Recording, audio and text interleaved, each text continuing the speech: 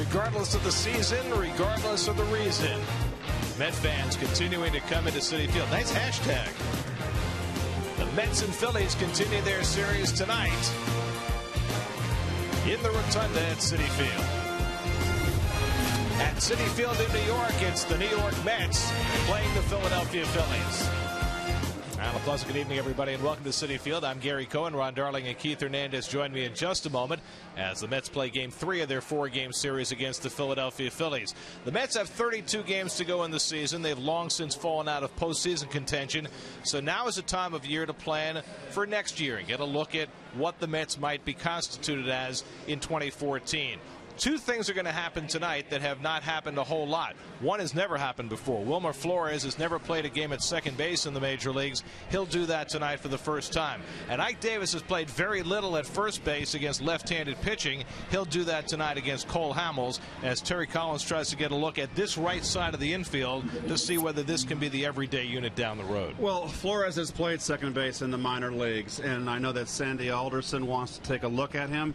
Listen, this is a big opportunity. We talked about it last night. You got a team that's not in contention. You got a lot of young players up here. Flores is a second baseman. They're going to play him there a lot. Murph may have to go to third, play a little bit of first, but I've always contended that they have to find out what the future is with this young talent, the guys that are ready for the major leagues now. And Ike needs to play against left-handers, I think, every day to show what he can do. So that's the unit tonight with Davis playing first. Josh Satin will get the start at third against Cole Hamels. The Mets will throw Daisuke Matsuzaka.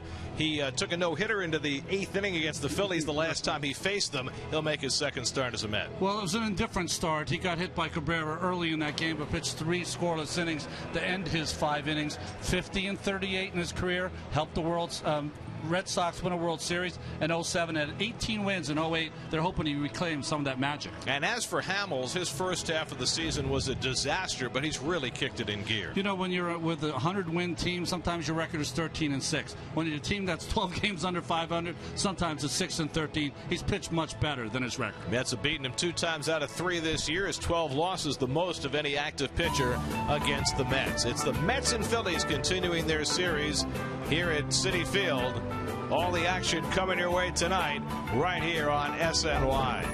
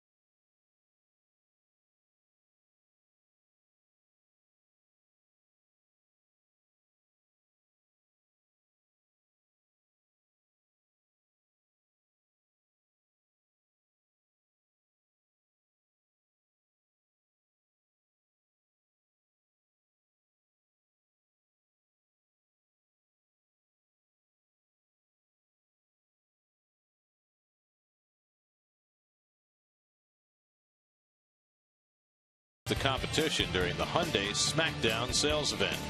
By State Farm. Tonight's State Farm agent of the day is Pat Cawley of Glendale, New York. Contact Pat's office at patcawley.com. By Topps, rep a pack and collect all your favorite New York Mets. For giveaways, follow Topps on Twitter at Topps Cards and on Facebook.com/Topps. By People's United Bank, know-how that's helped customers succeed for 170 years. That's People's United Bank.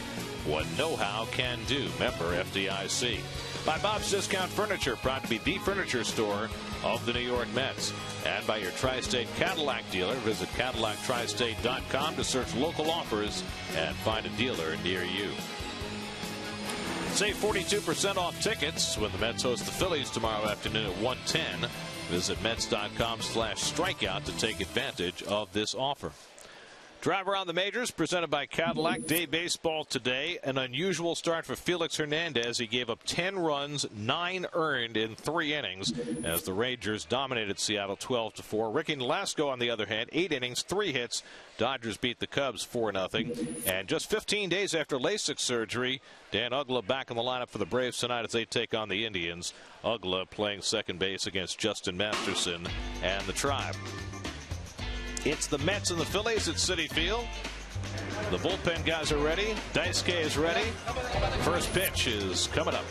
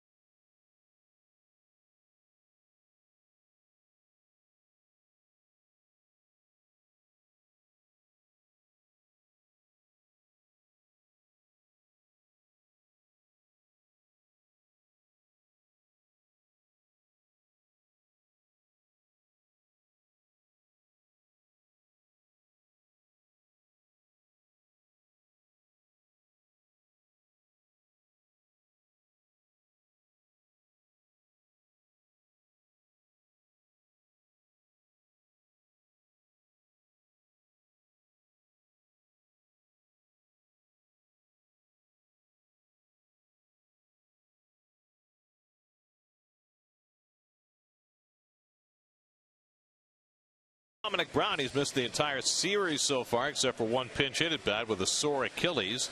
And so the start goes to Pete Orr in left field, his first big league appearance of the season. They just called him up a couple of days ago. The veteran playing for his third National League East team. And there's Daisuke Matsuzaki getting ready to make his second start as a Met. Pardon me, I made a mistake in the open. I said he was 50-38 in his career. 50-37 in his career for Daisuke. And you can see the numbers. Just one start against the Tigers, who you saw over the weekend. Probably the finest hitting ball club, deepest lineup in baseball. We alluded to it during the open tonight. The last time Daisuke faced the Phillies in 2010, he carried a no-hitter until 2 out in the 8th inning, until Juan Castro broke it up with a bloop hit. It's the only time in Daisuke's career he's gone more than 4 innings with a no-hitter intact. Wow. And we'll always, as we always do, the Lexus Metropolitan defense. And we'll highlight Mr. Flores there. First start at second base. Lots of games in the minor leagues, of course. We touched on that in the open. Brown in the lineup again, a left-hander. Davis is the only surprise at first base. He's had some success against Hamels. 79 of those second base starts for Flores coming this season. New York Mets baseball on SNY is brought to you by Brooklyn Burger, the premium steakhouse burger and the official burger of the New York Mets. Visit Keith's Grill at Citi Field, located on the field level behind section 132, to enjoy Keith's favorite Brooklyn burgers. Nice to see some traffic at Keith's Grill tonight. That's right. Don't let us down now. We'll come back later and there's no one there. Well, Daisuke with the number 16 in Japan. When you're the ace of the staff, you wear number 18, which he wore when he was with the Boston Red Sox. It's not the first Japanese pitcher to wear number 16 with the Mets. Hideo Nomo did as well. I think that was the first time since Doc Gooden that any Met had been given the number 16. Of course, the Mets have had more Japanese players than any team in the majors. Daisuke is their 12th. All but 2 have been pitchers. They haven't had a whole lot of success with their Japanese players, but Daisuke certainly comes with a pedigree, and the Mets are hoping that he can fill that spot in the rotation well, and who knows what might happen for next year. This is almost the opposite of facing the Tigers right now. The Phillies have struggled as the Mets have struggled offensively. Roger Bernardino will lead things off. Terry Collins watched his pitcher throw a complete game shutout last night, so he's got plenty of bullpen available tonight if need be. Daisuke's second start as a Met, and his first pitch to Bernardino on the way, and it's up and away for ball 1. Bernardino in his first week as a Philly, just 4 for 25 since joining Philadelphia after being let go by the Nationals, the only team he had ever played for. 1 for 8 in this series, filling in center field and bluffing in a bunt, taking all the way, and it's 1-1. It's always interesting to watch the mechanics of Japanese pitchers. Almost a 3 count when he lifts his glove over his head. 1, 2, 3, and proceed to the plate. I will say this, and I said it during the game last Friday when Daisuke pitched. He has a reputation for being an excruciatingly slow worker. He has really quickened his pace. Yes, he has, and that's always a welcome sign, particularly this time of year. There's the motion, Ronnie. What does that do for him, Ron? You know, I've talked to people that have coached and watched Japanese baseball. It's very untraditional to not blend in with other players, so you don't want to have your own motion. You want to have the motion of other players. What does it do? I think it makes you concentrate on the strike zone before you proceed to the plate. I have a specific question, Ron. How he jerks his head before he throws. Wouldn't that kind of make you lose sight of the target? Or that's a thing that you would not want to do. You know, you find a lot of pitchers that grew up maybe a little smaller than most people that do that because they're trying to overexert to throw the ball hard. I'm not saying Daisuke does that. Watch him jerk right there. It almost looks like he's looking up at the sky. Now remember, Ken Holtzman. Strike 3 called as the cutter to Bernardino gets him looking for the first out of the night. Good cutter right there for strike 3. Well, it's supposed to be the outside part, but it cuts across the inside had a lot of plate part of the plate. A lot of plate. Ken Holtzman, Gary, literally turned his head towards second base before he threw. It was a very peculiar. Well, remember the lefty who pitched on the same staff in Boston as Daisuke, Hideki Okajima, who would look down at the ground while he was throwing the ball to the plate. He didn't think he had any idea if he knew where the ball was going. It's Jimmy Rollins, and he takes inside for ball 1. Well, if you think about one of the best Met ever, Tom Seaver, I asked him about it. He said it's impossible to concentrate on the plate that long. That's why I would look down and pick it up late. Remember when Brad Penny started looking at third base Well, he did that because he was having trouble flying open. So he figured if he looked at third, it would keep that front shoulder closed. All different methods to try to get everybody into the same slot. 1-1 to Rollins, who's 1 for 6 in this series, hitting just .247 for the year. Rollins has taken a huge step backwards this year. Hit 23 home runs last year. He's hit only 5 this season. After the pause of 3 counts, everything really looks about the same as you'd see any traditional pitcher, doesn't it? Other than the head jerk.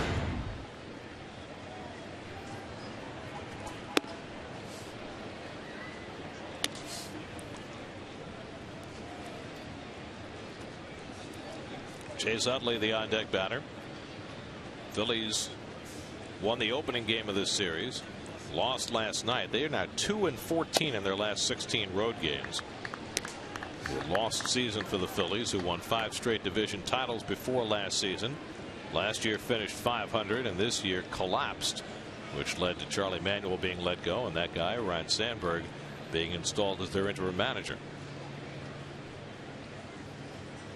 Well, the Phillies just at ball 4 right there, just percentage points ahead of the Mets for 3rd place. So Daisuke, who walked only 1 in his first start for the Mets, walks Rollins, his second batter. There are your standings in the National League East. The division long since decided, and the only team that has any prayer of getting to the postseason other than the Braves is the Nationals, and they are 7 games out of the second wild card. They've made up a couple of games the last 2 days, and they still are pushing toward what they hope will be a strong finish and a chance to get one of those wild cards. I know it's not true, but it does seem like the Braves win every night, doesn't it? 2-0 last night. Alex Wood was the starting pitcher last night. Drafted last year, right? And he's played a big part in that ball club. The Mets have already seen him 3 times. They've got Paul Maholm going tonight against the Indians. Rollins 16 steals on the year. He's got a pretty good lead. And Utley takes a strike on the inside edge. Utley 0 for 8 in this series, hitting a .268 for the year. 34 years old, recently signed a new 2-year deal. Well, my first look at Daisuke here, it takes a long time to deliver the ball to the plate. You'd have to think Rollins is going at some point. And he starts and stops. Utley pulls one just foul.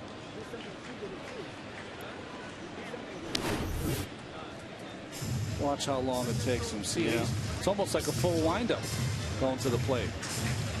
You can get away with that in the AL East sometimes because no one runs, but it's a little tougher in the National League.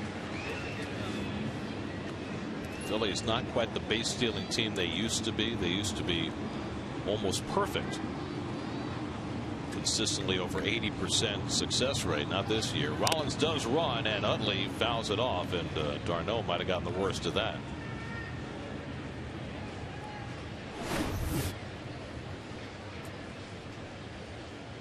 Oh boy, high breaking ball, and that just clipped him.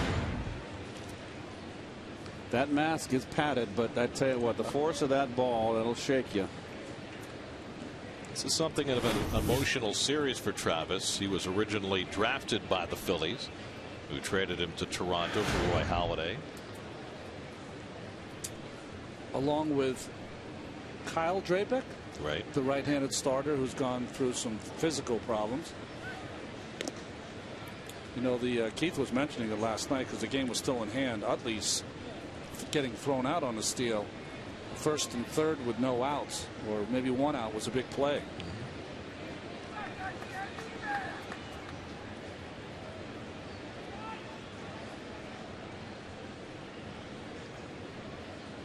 Rollins with another big lead. He just misses outside to Utley. 1-2. Carlos Ruiz, the on-deck batter.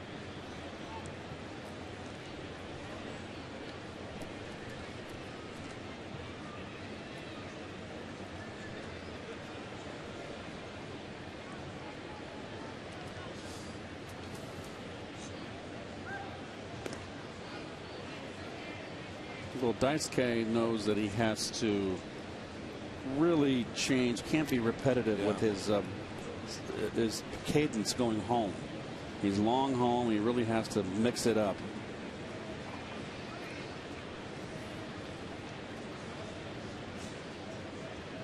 1-2 to Utley, and he goes up and away. 2-2.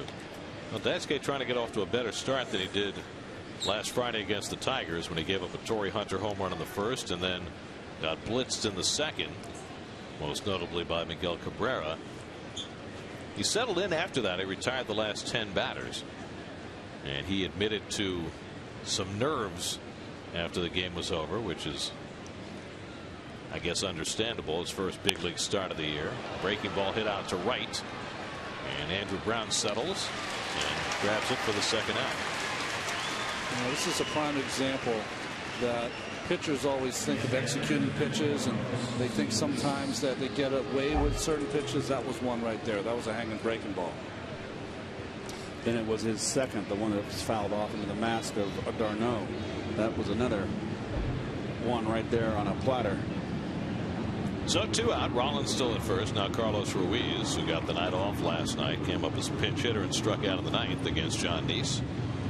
Ruiz 0 for 5 in the series, hitting a .278 for the year.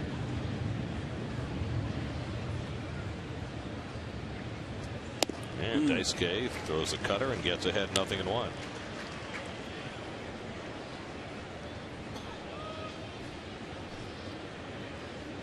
You can mention almost every hitter that comes up for the Phillies another drop-off year. Ruiz was outstanding last season. But this is what happens when you have an older team. Sometimes that curveball is in for a strike. Sometimes they all get old at once. Look what happened to a younger team in Washington. Everything went their way last year. A lot of guys not having the years they had last year. LaRoche hitting .242 this year. He had a great year last year.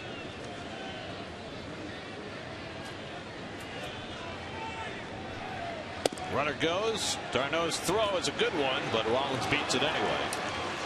Stolen base number 17 for Jimmy Rollins. I like what I've seen from d'Arnaud getting rid of the ball. Good, quick footwork. There's nothing you can do there. That's just getting rid of it quick. Strong throw. It's all about the jump. I will tell you, though, Flores came up to meet that baseball. He's got to stay back at the bag. Let it travel. See how he catches it in front of the bag? You want to let that ball travel so it's just a slap tag on the runner. Ball will move faster than your glove. Ended up never making a tag on Rollins as he was behind him.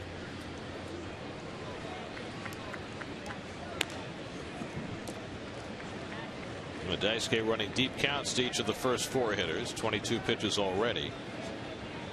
Michael Young would be next for the Phillies. It's been a year and a day since Daisuke Matsuzaka last won a big league game, pitching for the Red Sox last year. He beat the Royals August 27th of last year. He spent all of this year pitching in the minor leagues in the Indian system before the Mets acquired him. Good slider. I thought he probably, with his agent, thought he had a little advantage going over to Cleveland with Terry Francona being there. You know, they know each other. Like I said, 2008 for Francona, won 18 games for the Red Sox, only lost 3. Well, he didn't get off to a good start in AAA this year, but he did pitch much better through the first part of August, and he had an out in his contract, exercised it, and the Mets picked him up, much as they did earlier this year with David Ardsman, who has been an asset. Here's the 1-2, and the curveball fouled off. He's hanging that curveball. Slider he's got a little better command of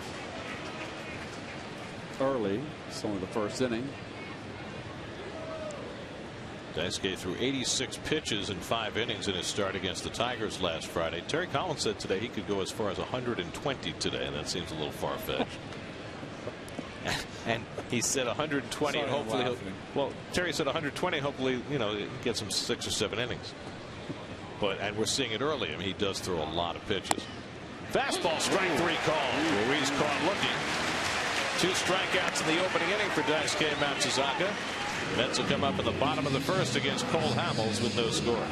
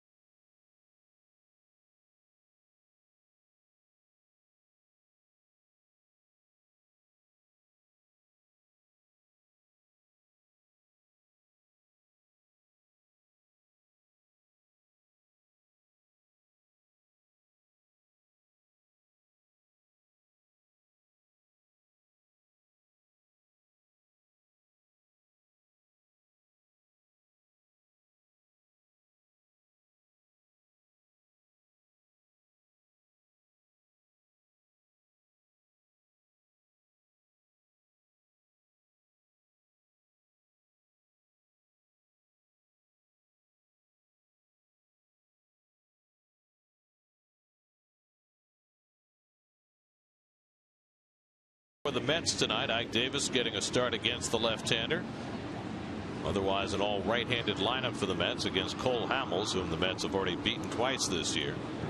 Eric Young leads things off and takes ball one from Hamels. Hamels coming off his best year last year when he was 17-6, 6-12 against the Mets in his career. See that 3.62 ERA, that's come down significantly over the last 2 months. His last 10 starts, Hamels has a 2.22 ERA, but it's a function of how the Phillies are playing that he's only 3-2 over that stretch. Right. He got off to a 2 at the end of June, a 2-11 start. He was on his way to losing 20, but could have. And some people equated his year this year with Cliff Lee's year last year, but that's not fair because Lee last year pitched wonderfully despite a poor 1-loss record. Hamels the first half of the year wasn't pitching well at all. He earned that record early in the year. Ronnie, his month of May, he had 6 starts and went 0-6. Did you ever lose every game in a month? No. That's hard to do. No. Sprinkling a no decision. 6 losses in a month is hard. Wow. That's a pace for 36, you know. Good Lord. Very good. You see the contrast between Hamels the first half of the year and over these last 10 starts. Funny thing is, over the last 10 starts, his worst one was against the Mets. He gave up 4 runs in 5 innings and a loss. You know, I mentioned it in the opening, and what I meant was you get very comfortable as a pitcher when you're pitching on a team that wins 95+ games every year. All those close ones go your way. But when you're with a team that's 12 games under, it doesn't work that way. 2-2 to Young, and he punches one behind Utley, but he'll retreat and grab it for the first down. We'll take a look now at the Phillies defense, and that's going to be Coors Light. Brought to you by Coors Light, the Silver Bullet. And of course, Mr. Rollins at shortstop. He's up there in career starts at shortstop now. He is off the charts. Just a long, tremendous career for Mr. Rollins. Here's Juan Lagares sitting second in the order today, 2 for 7 in this series. And takes a fastball strike from Hamels. Lagares playing center field today. Tomorrow, with a right-hander going for the Phillies, Matt Dendecker will probably make his first big league start in center field. Lagares drives one down the left field line, and that'll go one hop against the wall. And Lagares pulls into second base with a 1-out double. His 18th double of the year. Likes that ball down and in. And we've said it used to be the right-hand hitters, used to be high ball hitters. Not anymore. Everybody likes that low ball. They like to drop the barrel down.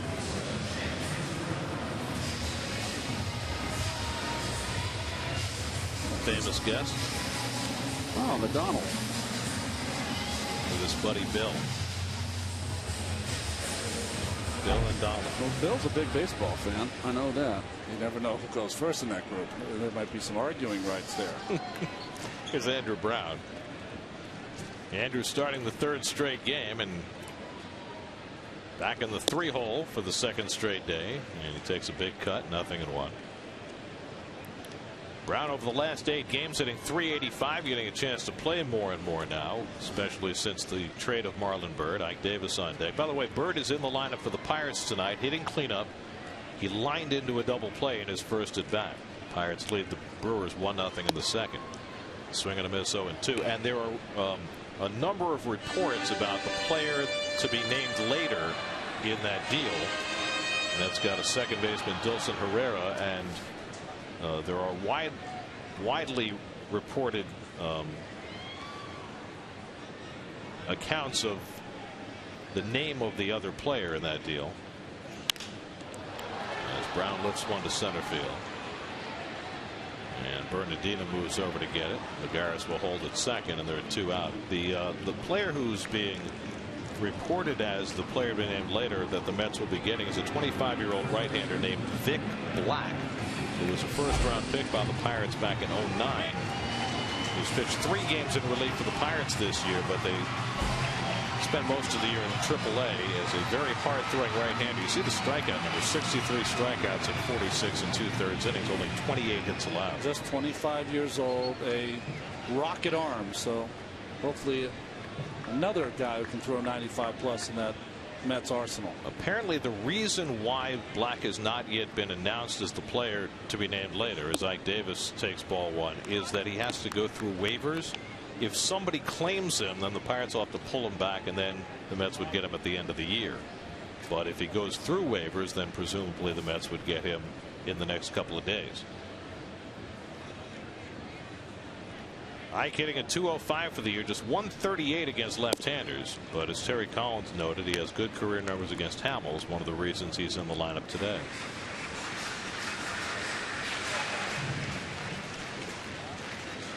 Six for 21 against Hamels, including a home run.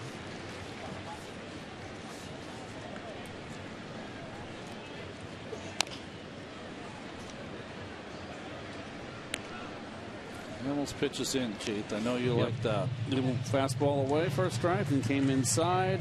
Head in the count. Now you can do what you want. There's the man of the hour last night. Very quick ball game thanks to Mr. Neese. 3-hit shutout, 3 RBIs, scored the first run. First Met to throw a shutout and drive in 3 runs since Pete Falcone. Oh, wow. In 1981, also against the Phillies. Pete's son had a big year at Columbia this year for the baseball team, I believe. He did. An Iraq War veteran, older player who had a terrific year for the light blue. 2-2. And Davis foul tips it. It's held by Ruiz, and the inning is over. So Hamels has his first strikeout, works around the Lagares double. Daisuke back to the mound for the second with no score.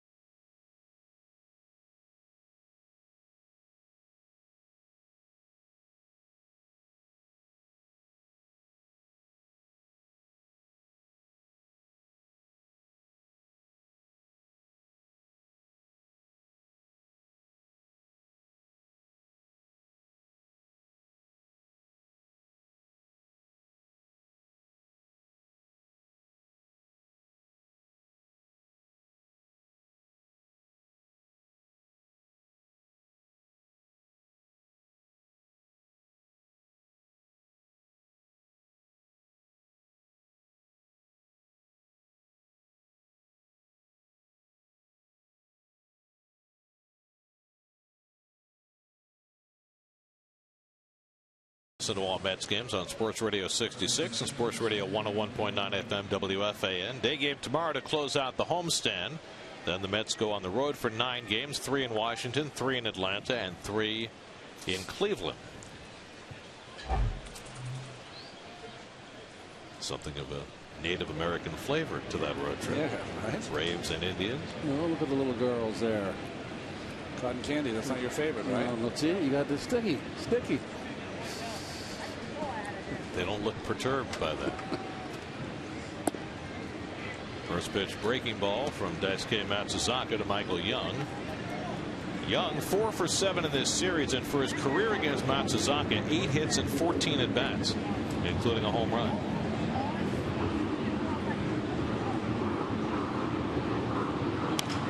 And he bounces one slowly foul. 0-2. Last night's game ended before 9:30. I can't recall a game ending before 9:30 in a long time. So that means you got home early. No, I didn't.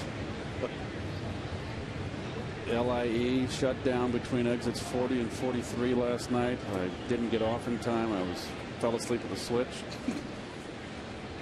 Got stuck in that.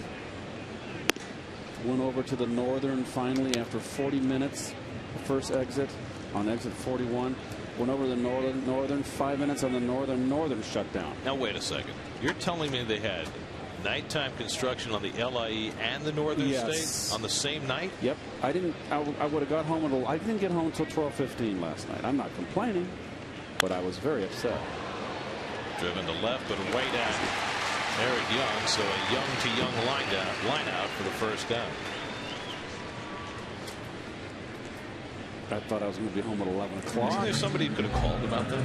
Well, somebody who could complain to? Well, nah, what are you going to do? You'll be wide awake at exit 43 today. I'm going, yes, all right, going to go to Southern.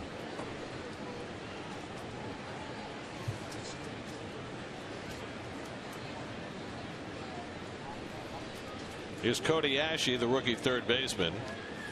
He had the big hit in the opening game of this series Monday night, a 2-run triple, which was enough to beat Zach Wheeler. Taken high for ball one. Ashe, just 23 years old, out of the University of Nebraska, picked 2 years ago in the 4th round by the Phillies, and they've been raving about his defense at third base. Daisuke gets the cutter in on him 1-on-1. Well, he got the big hit in the first game of the series, drove in the 2 runs that were the deciding factor in that game. Darren Erstad, the best offensive player to come from Nebraska. Best punter. Best punter, right? Punter / leadoff hitter. I think he had 100 RBI out of the leadoff spot 1 year. Mets also have a University of Nebraska product in Andrew Brown. 1-2 to Ashe.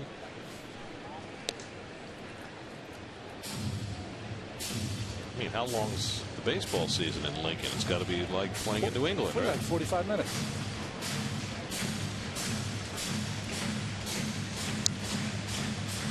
You've never been to that campus. You guys been to? No, I have not.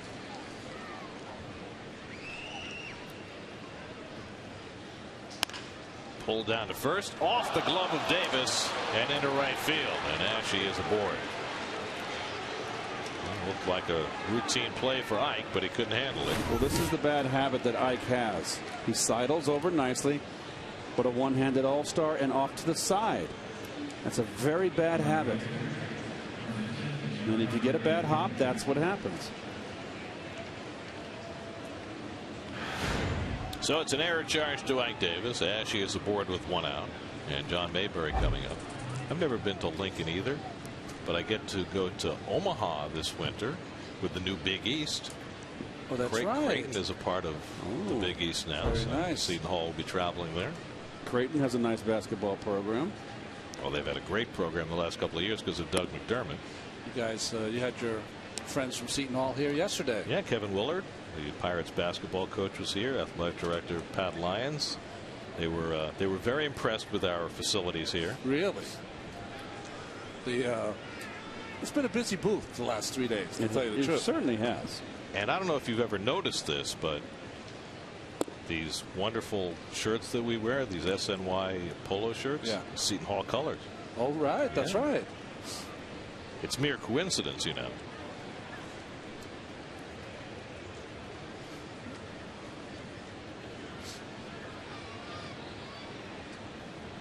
It's only about 70 days from the opener, you know. 70. 2-0 to Mayberry. The runner goes, and it's fouled back. Hit and run play that time. You're seeing something that you didn't see a lot from Charlie Manuel. So this is a little change for Ryan Sandberg's club. Trying to be aggressive, and why wouldn't you? They've been struggling with their offense. Try something.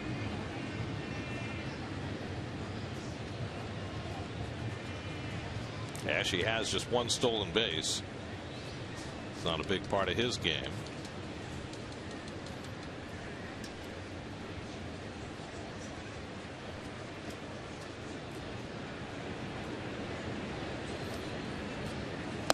And Daisuke misses high, and now he's behind Mayberry 3-1. Well, what you see so far from Matsuzaka, there's Dominic Brown, who's only had 1 pinch hit appearance. What do you say, Achilles, right? He's set out for the last 3 days now. Matsuzaka throws 90% of his pitches away from the right-handers and from the left-handers. So that's where you have to look if you're a hitter.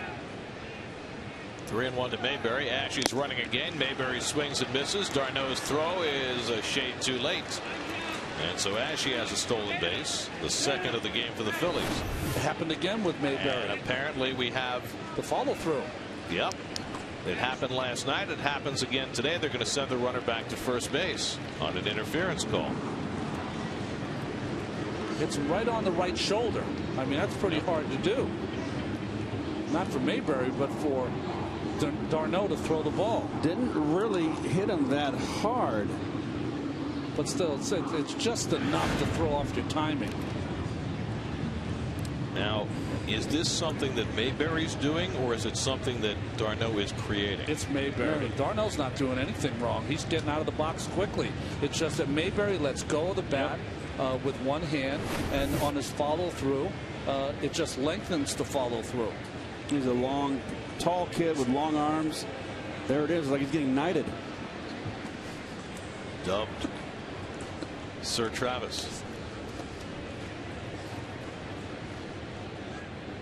He stays back there long enough. I mean, exactly what you're supposed to do. He has a right to throw. Yeah. Absolutely. So the stolen base negated. 3-2 the count with one out. Ashe's not going, and Mayberry fouls it back. It's interesting that he would go on 3-1, but not on 3-2. Take it back to last night. This was the play. So I guess we can safely assume that Mayberry leads the league in that category. Whacking catchers with his follow through.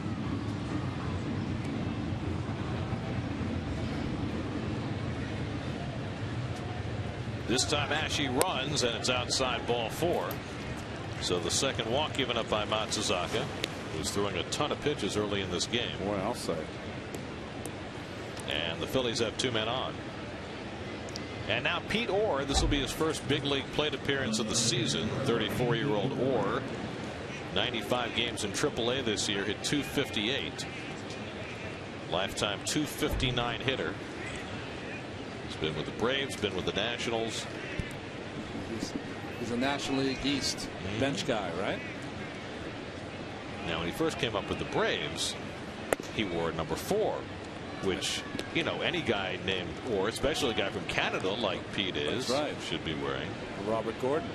But more recently he's worn 5, and now he gets 12.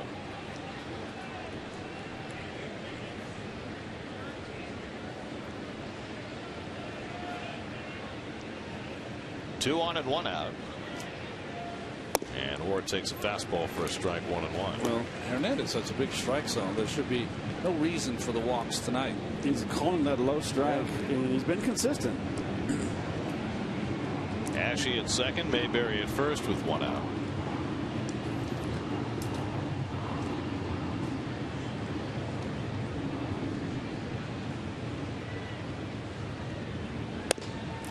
Watches up and away, 2-1. I have a question now with the 3 divisions and the 2 wild card teams. They don't give out second and third place money now, do they? I don't know that. That's a good, you know, because you're in the playoffs. So why give out the money? It used to be that the top half of the division got a payout. So when it was a 10-team league, the top 5 teams all got some kind of a payoff, depending on where they finished. When I played, there was 2 divisions, and if you finished, you got second place money and third place money. Wow. With a 6-team division. Right. Yeah. Well, Daisuke's behind again, 3-1. Which wasn't a whole lot. I mean, you still, the prize was first place. You get a few $100s, right? Well, third place, was nothing. Peanuts. Track money. You did it again. I was waiting for you.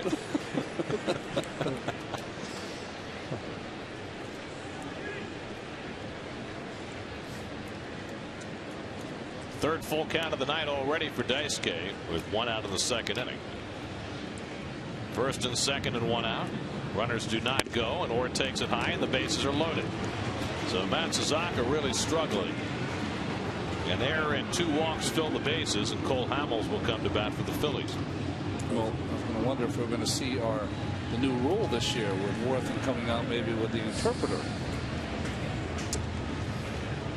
Struggling getting that fastball down, Ronnie, against the left-hand hitters. Up and away bad.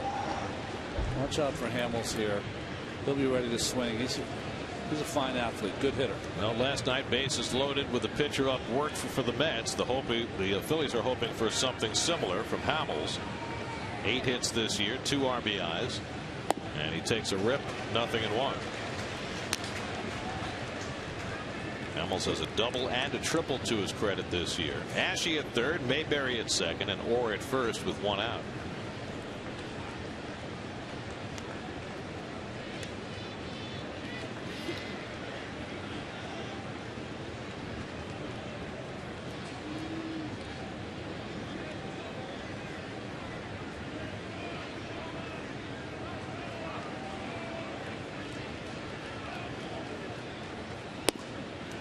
Takes a changeup for a strike. 0-2.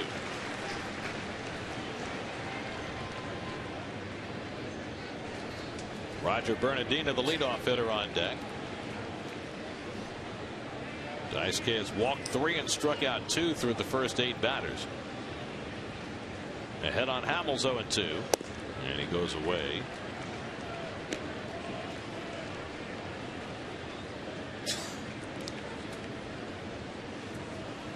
You sure that he was working quickly in the first game? You guys let me know that. Regret having said that. Yep. we're in a different zone now.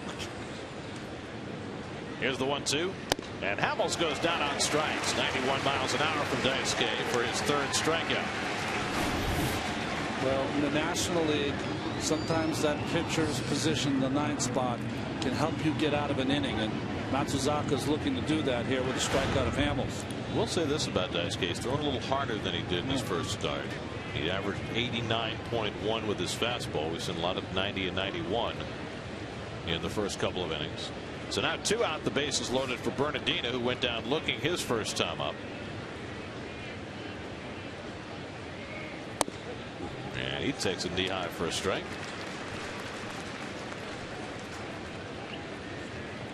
Bernardino just 4 for 26 in his week with the Phillies. I don't know what he's taking for your leadoff hitter with the bases loaded. Now you got to drive in a run, take a fastball. And now he's behind 0-2. So Daisuke on the verge of getting himself out of some big time trouble. Really just throws it by him. Rely on this young catcher here. Matsuzaka's known as a guy that once he's ahead, will throw some balls in the dirt. 0-2.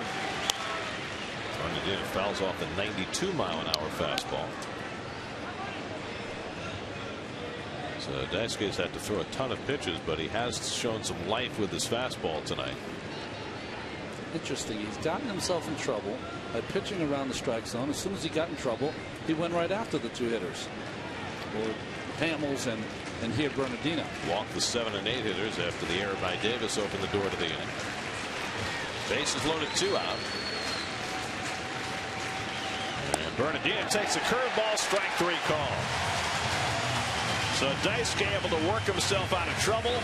Back-to-back strikeouts of Hamels and Bernardino, and the Phillies strand 3.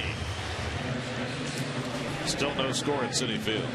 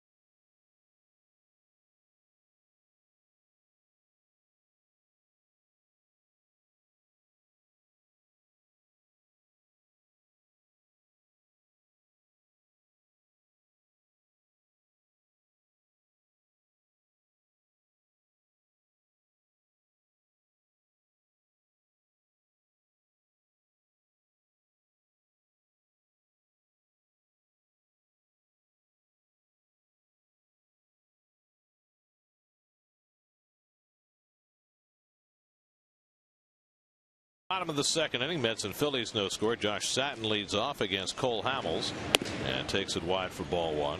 Satin starting at third base tonight. He had his 29-game on-base streak snapped on Monday. That tied for the longest rookie on-base streak in Mets history. The other party to that record-tying feat is in the ballpark tonight. There he is, Stevie Henderson. Oh, nice. Hendu. Right. Hitting coach for the Phils. Good man. Henderson, a part of that Seaver trade. Well, he was the best part of that Seaver trade. I mean, Zachary was a big part too. Zachary, Doug Flynn. I mean, the others were all okay players, but Stevie had the potential, at least, to be a star. Dan Norman, right? Was the other guy? Dan Norman was the fourth player in that deal. I mean, Flynn was a Gold Glove second baseman, but couldn't hit much. Zachary never had much success as a Met. He got off to a decent start and then kicked the dugout step, broke his toe. He was never the same. A little rain falling. Big Tex played against Zach in AAA, and he was one of the better pitchers in the American Association those 2 years I played against him. Tall, drink of water, big, tall, slender guy. He was Rookie of the Year with the Reds. I think he was. Yeah. He might have tied for it with Butch Metzger. Is that right? Swing and a miss, and Satin's out on strikes. Good changeup by Hamels to get him for his second strikeout.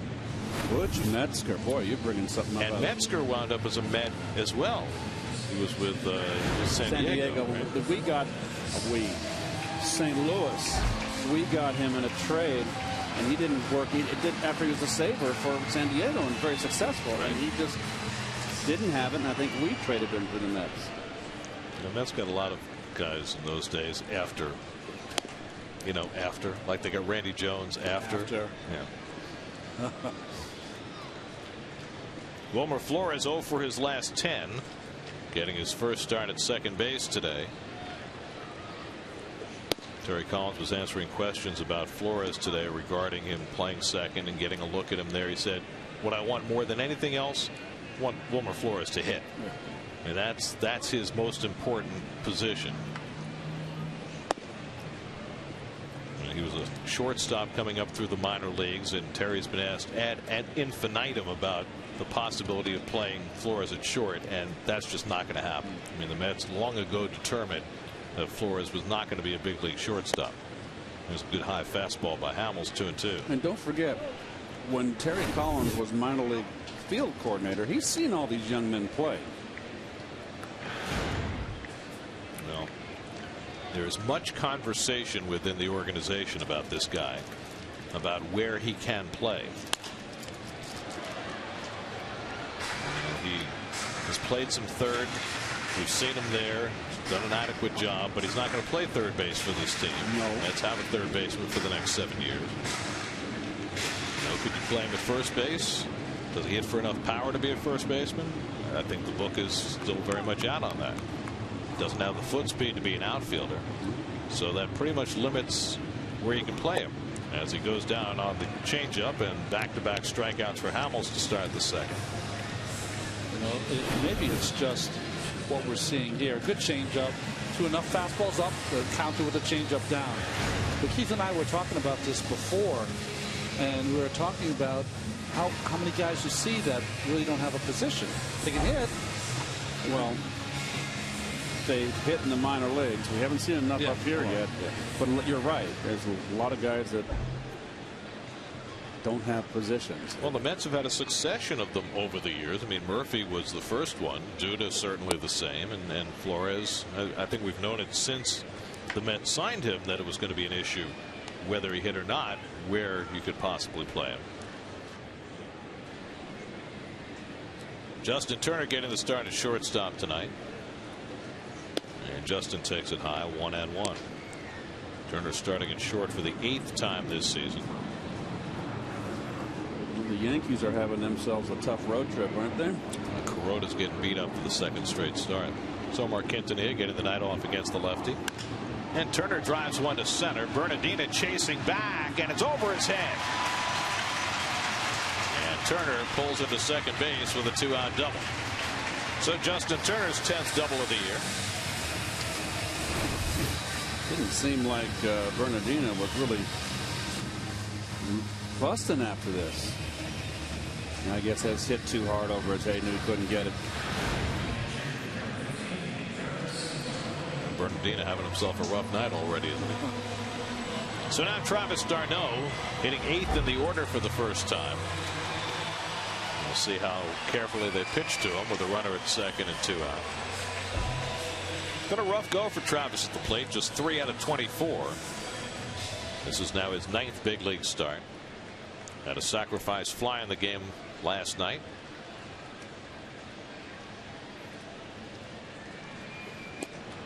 And a first pitch changeup, 0-1. I'm a bit surprised that they put d'Arnaud in the 8th hole. I mean, Turner, a guy like Hamels, Turner is more of a veteran hitter, would be better suited for the 8th hole and would give d'Arnaud a little more protection. Popped it up, shallow left. Moore coming in to call. And he uses 2 hands to be sure. And in the inning, a 2-out double by Turner. He's left stranded. We go to the 3rd. No score.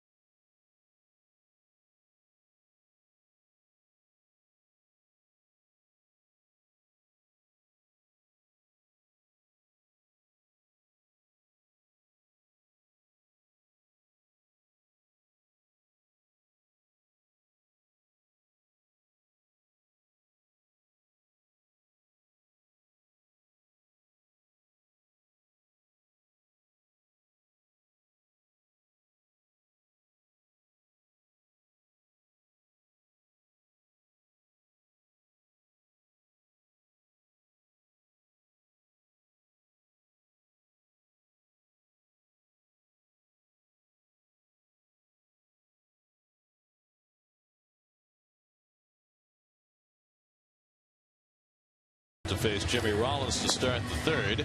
We move to one of our favorite portions of every homestand. That is the Verizon Ask the Booth. Kevin Burkhardt is out near the Verizon studios. Kev? I feel like after doing this for the last 7 years, I need like the Bob Barker microphone for this segment of the broadcast. It doesn't feel the same with this one, Gary. I found a gem for today. I have Gloria, season ticket holder for 27 years. But check this out, okay? Gloria's from Long Beach. She took a foul ball in the face off of the bat of Mike Piazza at Shea, went to the game the next day. How about that? So Gloria has a question for the guys. What do you have, Gloria? Guys, I'm wondering what you think the effect will be in the clubhouse with the loss of Marlon Byrd and John Buck as a mentor to the younger players, as well as John Buck for the younger pitchers. Goes to games hurt and nails it on television. Pretty good for Gloria, guys. Very good question, Gloria. Their presence is going to be missed. The young players really need examples, and those 2 guys certainly set professionalism in that clubhouse and on the field during the game. But I do think that it was a move that was going to happen, and who knows what this second baseman is going to turn out, this pitcher. But certainly were the biggest commodities the Mets had to trade. The Pirates needed hitting. So, you know, that's baseball. So I think that it has to be picked up by the coaches, and these guys are learning they're learning on the job. I don't know if that was a good answer, but well, it's a tough question because is. there's no absolute answer to it as Rollins pops one up and Davis gives way, and it's going to be Satin who comes over from third base to make that play. So Josh came a long way to get it. You know, I think what's interesting about your answer, Keith, is just that it's a move that had to be made because you have to look at younger players. I mean, Marlin, for all the great things he did for the offense this year, and he was the best offensive player the Mets had. You know, David's out. You had to start playing Andrew Bound. You had to start playing Matt Dendecker. And with Marlin gone, now you have a chance to do that. But I heard an interesting, Gary and I, and Keith heard this from Terry Collins. He was talking about John Buck. And once John Buck realized that Darno was here and that he was not going to be playing every day, he went into Terry Collins' office and said, you know, Terry, whatever I can do to help, I'm here. And that says a lot about his professionalism for a guy that lost his everyday job. And I'll tell you what that also does for John Buck. There are no secrets in this game. That kind of stuff gets around. That kind of attitude will enable John Buck to stay in this league till he's 40 if he wants to. That's right. He'll have a job as a backup catcher for years to come, much like a Henry Blanco has been able to hang around the same way.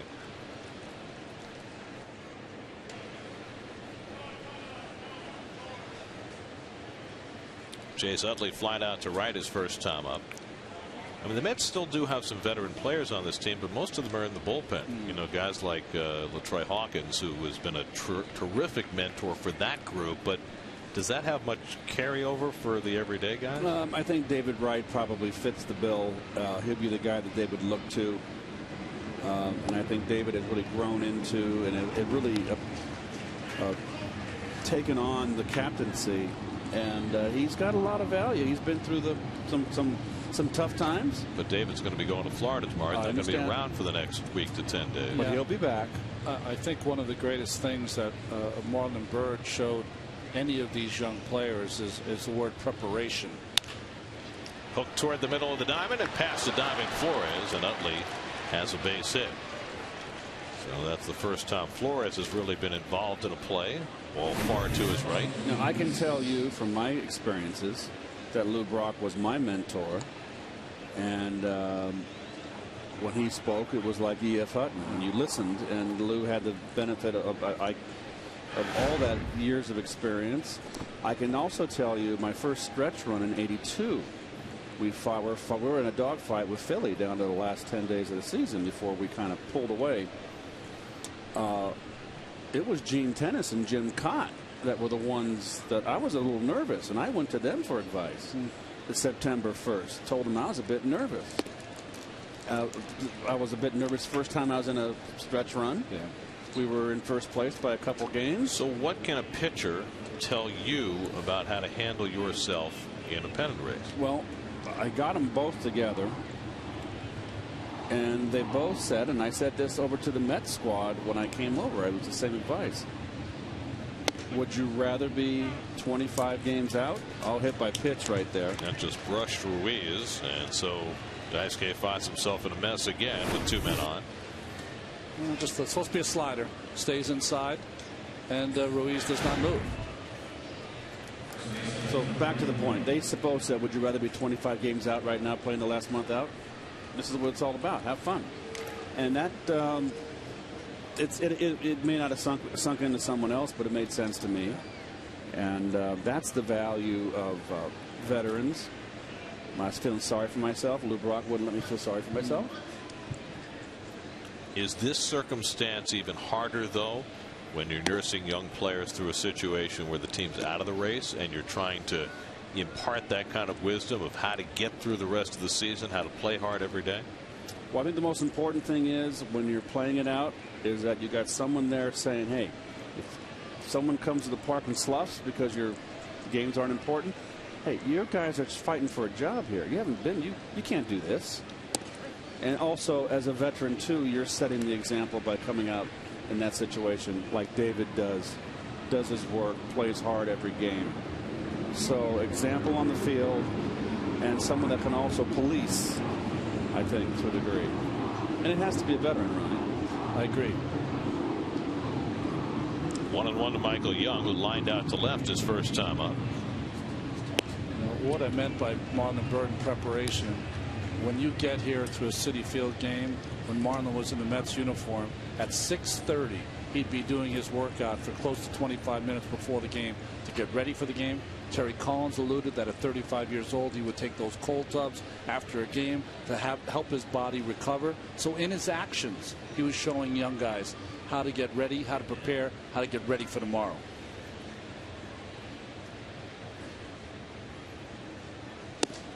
Good high fastball by Daisuke, 2-2. I have to tell you, I was rather amazed because remember back in June when the Mets, right before the Mets started to play well, we were talking about Marlon Byrd and saying, you know, well, Mets were 25-40 at the time, didn't look like they were going to go anywhere.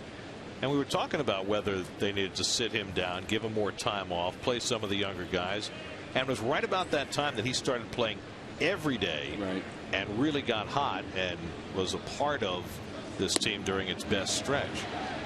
And Young did not swing. Doug Eddings gives him a pass, 3-2. Oh, I remember talking to Marlon, and Marlon saying, hey, everybody thought I was over the hill, 35. He goes, I can still do it. And yes, you can. He did. Sandy Alderson said he should be comeback player of the year. He would get my vote. Well, I don't think he's going to win it because of what he's coming back from. Yes. Coming back from a drug suspension.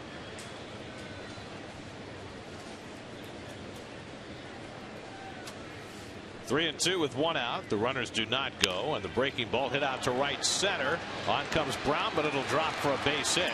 Everybody moves up a base, and for the second straight inning, the Phillies have the bases loaded. So Michael Young continues to produce against Daisuke, now 9 for 16 against him. But Michael Young's strength is middle of the plate away. It's where he's going to get most of the pitches. A little slider here and just dumped into right field. Let's see, Utley didn't go back and forth. He just got halfway. Tough read. You didn't see a lot of runners go 5 steps back, 2 steps forward. It's just hold your position, ready to go. So now Cody Ashe, who had the big hit on Monday night, gets a chance with the bases loaded and 1 out. Reached on an error by Davis his first time up.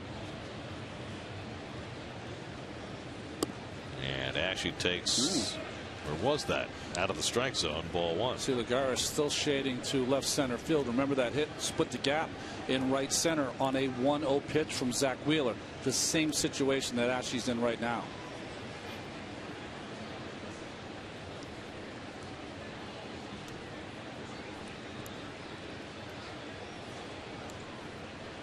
.1-0 from Daisuke, and he comes up and in. 2-0. Well, he worked himself out of a bases loaded 1-out jam in the second by striking out Hamels and Bernardina.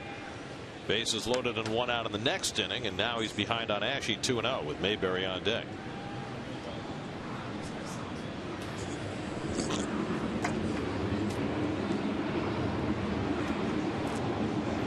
And Ashe fouls off the fastball, 2-1.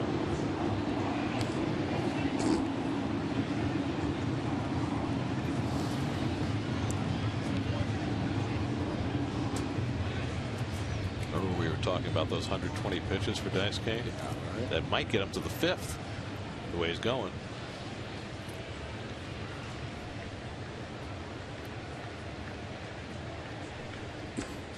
Verlander had 44 pitches in the first inning of his game last night, despite, I mean, albeit in the rain in Detroit.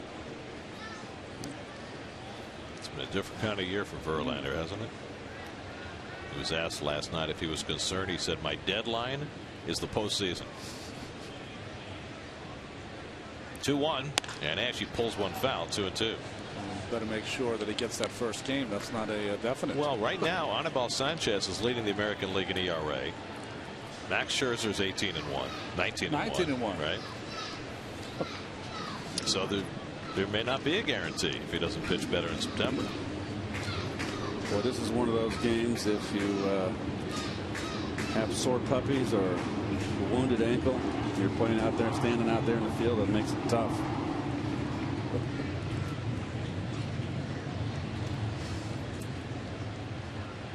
big macho baseball players were the wounded puppies. Well, here's Mr. Josh. Everybody kind of tends to get on their heels when you've got this prolonged. But these are young kids out there fighting for a job. They're going to be on their toes. 2-2. And Ashe goes down swinging.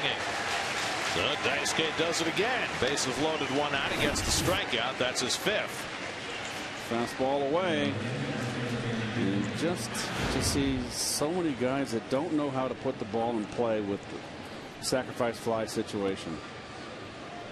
So it's left to John Mayberry, who drew a walk his first time up.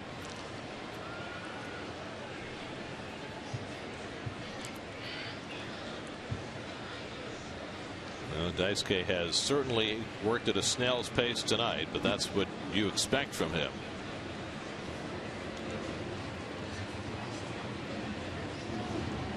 And Mayberry takes a slider out of the strike zone, ball 1. Only his former teammate Josh Beckett over the last half dozen years has worked at a slower pace. Is the rule 20 seconds? Well, it's kind of a rule. 12 seconds with nobody on base, but there's no rule if there's nobody, if there are men on base. Okay, got it. You can take forever. You know, baseball has no clock.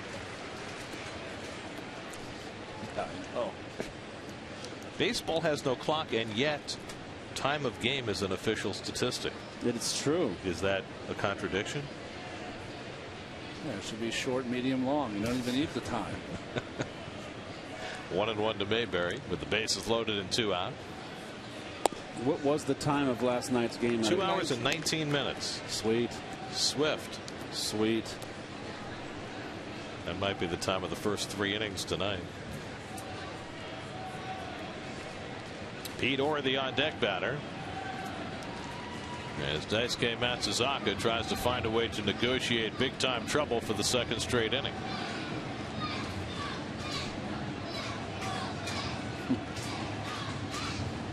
Mayberry 1 for 6 in this series, and he asks for time.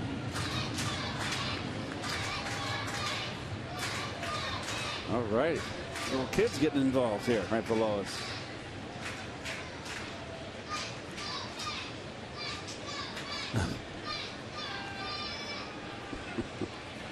Jeez. And now Darno and Matsuzaka. I'll be right back. I'm going to go for a hot dog and a soda pop. For those young people that are in front of us, it's all about punctuation. Was it "Let's go Mets" or "Let's go Mets"?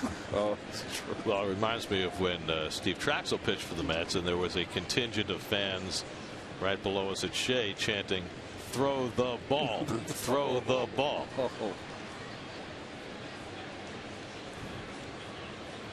2-1 to Mayberry with the bases full. And Daisuke paints the corner. 2-2. Oh. Da, da, da, da, da, da.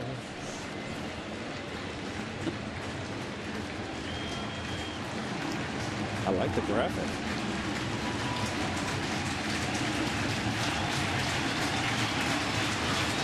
Fine timepieces. Oh, keep it rolling.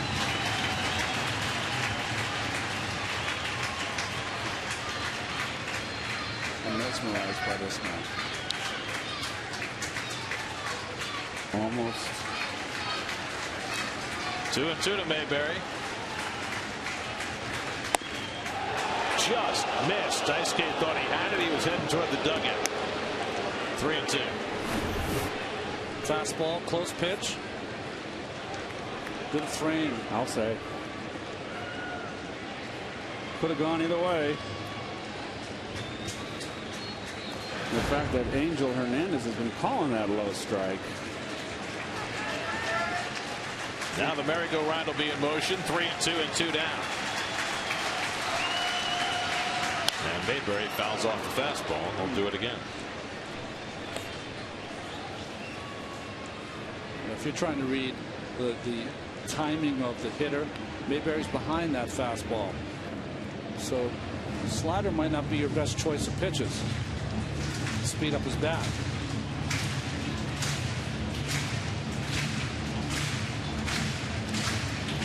81 pitches for Matsuzaka, working in the third inning. 27 in this inning.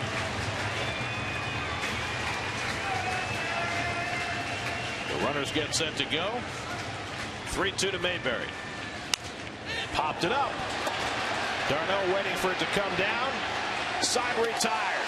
For the second straight inning, Daisuke Matsuzaka gets out of a bases-loaded one-out jam. Still no score.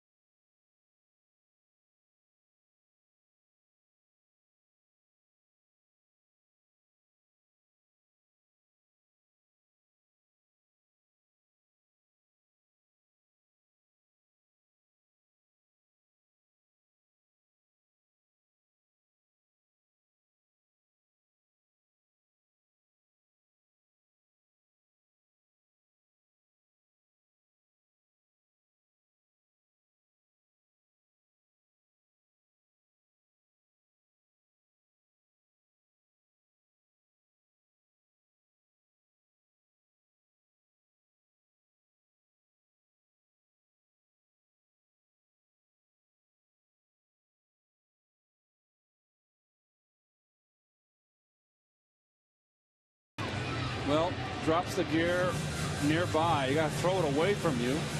And very nonchalant with the one hand. I think what you do there as a catcher, you hold on to your gear, you identify where the baseball is, and then you throw it as far as you can. The one hand, I don't mind, because it seems like they all catch with one hand now, but he didn't look it into the glove, and Guerin's all over him. I think so, yeah. Isn't it different with a catcher's mitt, though? Don't you really need two hands? Unless you're catching R.A. Dickey, because then they get the big glove. Daisuke Matsuzaka, no rest. 82 pitches in 3 innings. Now it turned it back to start the bottom of the third against Cole Hamels, who should be fully rested after that last half inning. He read a book in between that inning. Daisuke 2 for 15 in his major league career, 0 for 1 in his first start as a Met. And Hamels falls behind him 2-0 with Eric Young and Juan Lagares to follow for the Mets in the bottom of the third. Well, it's been quite the Houdini act for Daisuke so far. 2 innings in a row, bases loaded, 1 out, each time able to emerge unscathed. In 82 pitches. Well, that doesn't bode well for his long-term appearance in this game. Double chains, footlocker, all of it. Houdini style.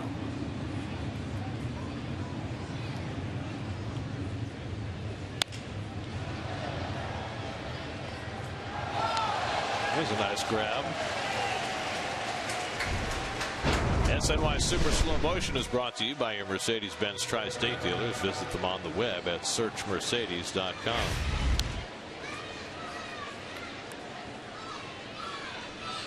Anytime you can make the one-handed grab without letting the beverage go from the other hand, I'm very impressed. It's always the Syracuse guys, isn't it?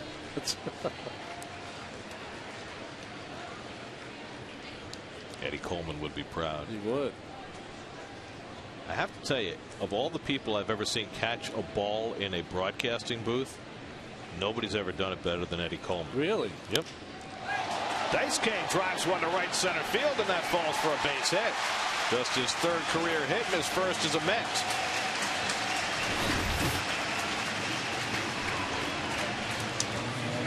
Goes with the fastball away.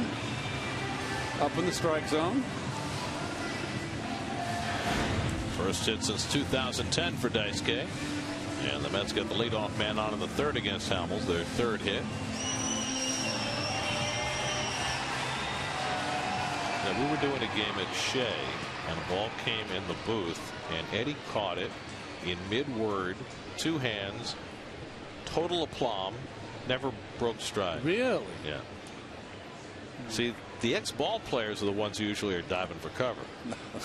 Well, we know that ball bites. That's exactly right. You guys are much smarter than we are. Off the fist to center field. On comes Bernardina, and he can't make the catch. But Daisuke is going to be forced at second base. He didn't know what to do. Tough play. If anything, you get the pitcher off the bases. Boy, Bernardina's having a rough time. He sure is. But had the presence of mind to get up and make the toss to second base. It's a tough chance here. He's got to get halfway. Now that's he's running back. No. So that's an 8-4-6. So the Mets will take that trade with Young at first. And one out, and Juan Lagares takes inside. Lagares drilled a double down the left field line his first time up. Now Hamels has been susceptible to the stolen base throughout his career. He's given up 17 of them this year. He'll pick off his share when guys go on first movement, so there have been 10 caught stealings against Hamels.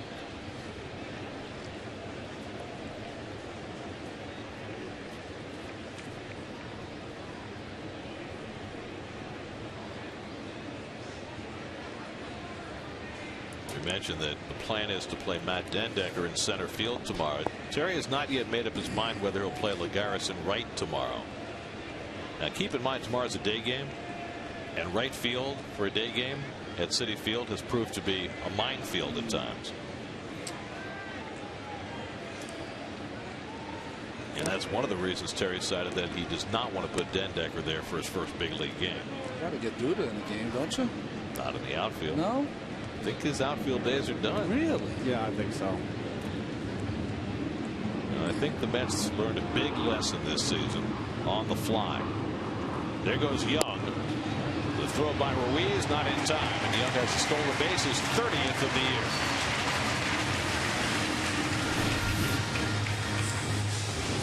year. Good jump, good throw. 22nd stolen base as a Met. Only caught 4 times. Well, his dad had 9 seasons of 30 or more stolen bases, including 8 straight seasons in which he stole 30 or more. And now Eric Jr. has his first 30 stolen base season. 2-1 to Lagares. And it's outside and low. I mean, the Mets were plagued by their outfield defense early in the season when they weren't playing well. But from the time that Young arrived and Lagares started playing every day, combined with Bird in right field, that outfield defense was a huge factor in the Mets playing better. There goes Young stealing third, but Lagares fouls it off. Running on a 3-1 pitch. Take a look at the Firestone Complete Auto Care Extra Mile, your National League stolen base leaders, and Young now tied for 4th in the National League. The old Met, Carlos Gomez. I'm going to call him an old Met, but he was a Met. He's having an outstanding year, isn't he? Starling Marte on the disabled list right now for Pittsburgh, which is one of the reasons they acquired Bird. Here's ball 4, and Lagares is on with a walk. So Juan is on base for the second time tonight. First walk given up by Hamels. So the scouting report can fool the pitcher. Scouting report is that Lagares does not walk. So you can throw any pitch 3-2, he's going to chase. Well, he did not. So it creates an opportunity for Andrew Brown. While Carlos Ruiz having some eye difficulty. Well, a ball in the dirt usually means dirt or mud in the eye of the catcher. Get a little eye drop, let it soak in. Hopefully you didn't lose the contact. In most contexts, here's mud in your eye has a different meaning. Now, during every Mets game, you can get interactive with SNY Game Day on SNY.TV, featuring pitch-by-pitch coverage, player cards, and in-depth stats. Check out SNY Game Day during every Mets game now on SNY.TV, your online home of all things New York sports. Second time we've run that promo tonight. First time we intended to.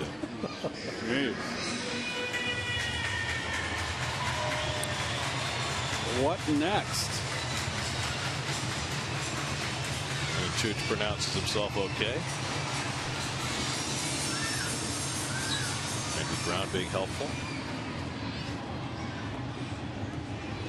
Brown flying out to center field his first time up. First at bat against Hamels. He got a fastball down the middle, missed it.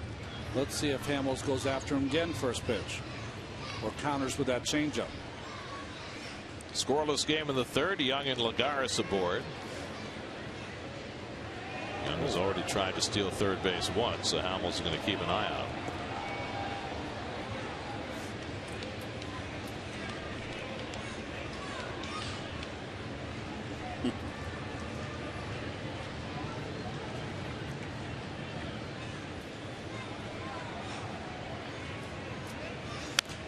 And Brown pops one up. Playable for Ruiz. And he's got it in foul territory for the second out. Now breaking for third is Young, and he makes it safely. Comes off the bag, but he is safe. Well, that is Rollins' fault right there. That is falling asleep and embarrassing. Well, it's the shortstop's responsibility at that point to cover third. Who else is going to? So else is going to a pitcher can, but it's got to be the shortstop. Utley's got second. Rollins just fell asleep, and that man right there always hustling. When Young stole second base, Rollins did not back up Utley with the ball that bounced once, and here does not get to third base. Pete's right, falling asleep at the wheel. See in the background, you'll see Pete Orr, an infielder. He sees what's happening. He's trying to hustle in. Yep. You've got a man out there that's played what, his 1900th game at shortstop last night, and he should know better. Here's Ike Davis, first and third and two out, and he takes a strike.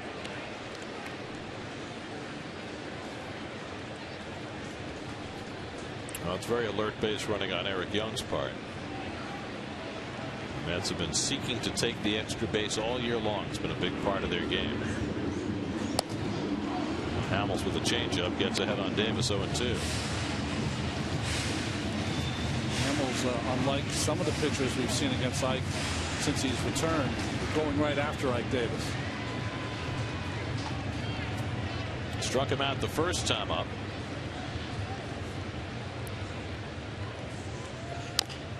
And Ike gets a piece of this one. Still 0-2. Let me ask you a question, Ronnie, from Hamels' perspective. You have back-to-back innings where you're sitting on that bench forever. How does that affect you? What you have to do is, you got to great mental power. You get up one physically and walk around, walk into the clubhouse, walk back. Just try to keep your legs kind of fresh so you don't sit in one position. That's one thing. But secondly, Gary, you just have to use your brain and try to, make sure when I get out there, I use my warm-up pitches. I get ready, recognize that you've been sitting for a long time. There goes Lagares, and Davis gets a piece of it, fouls it off, and Lagares will go back. But it's not easy. You're right. You're sitting there and you're watching it, and you're all for your team having a long inning if they produce some runs. Yes. It's the problem is when they don't produce any runs. Right. You give me 5 spot, I'm happy. Take it as long as it takes. Hit for a half hour. Again, the 0-2. And Davis lines one the other way. That's in for a base hit, and the Mets take the lead. Young comes in to score. Ike Davis with an opposite field single drives in the first run of the night, and it's 1-0 New York. Well, Ike's first start against the left-hander. Long time. Delivers. Fastball away, went right with it, stayed back. Nicely done. With the arm of Pete Orr, Eric Young probably scores on that anyway, but still, the hustle play made it no problem. So a run is in, 2 out and 2 on. Josh Satin, the batter, struck out his first time up and lines this one to left field. Orr moving over. It reaches out to grab it to end the inning. Satin gave that a pretty good ride. But Orr, an infielder play in the outfield, made the play. Mets get a run on Davis's hit and lead 1-0.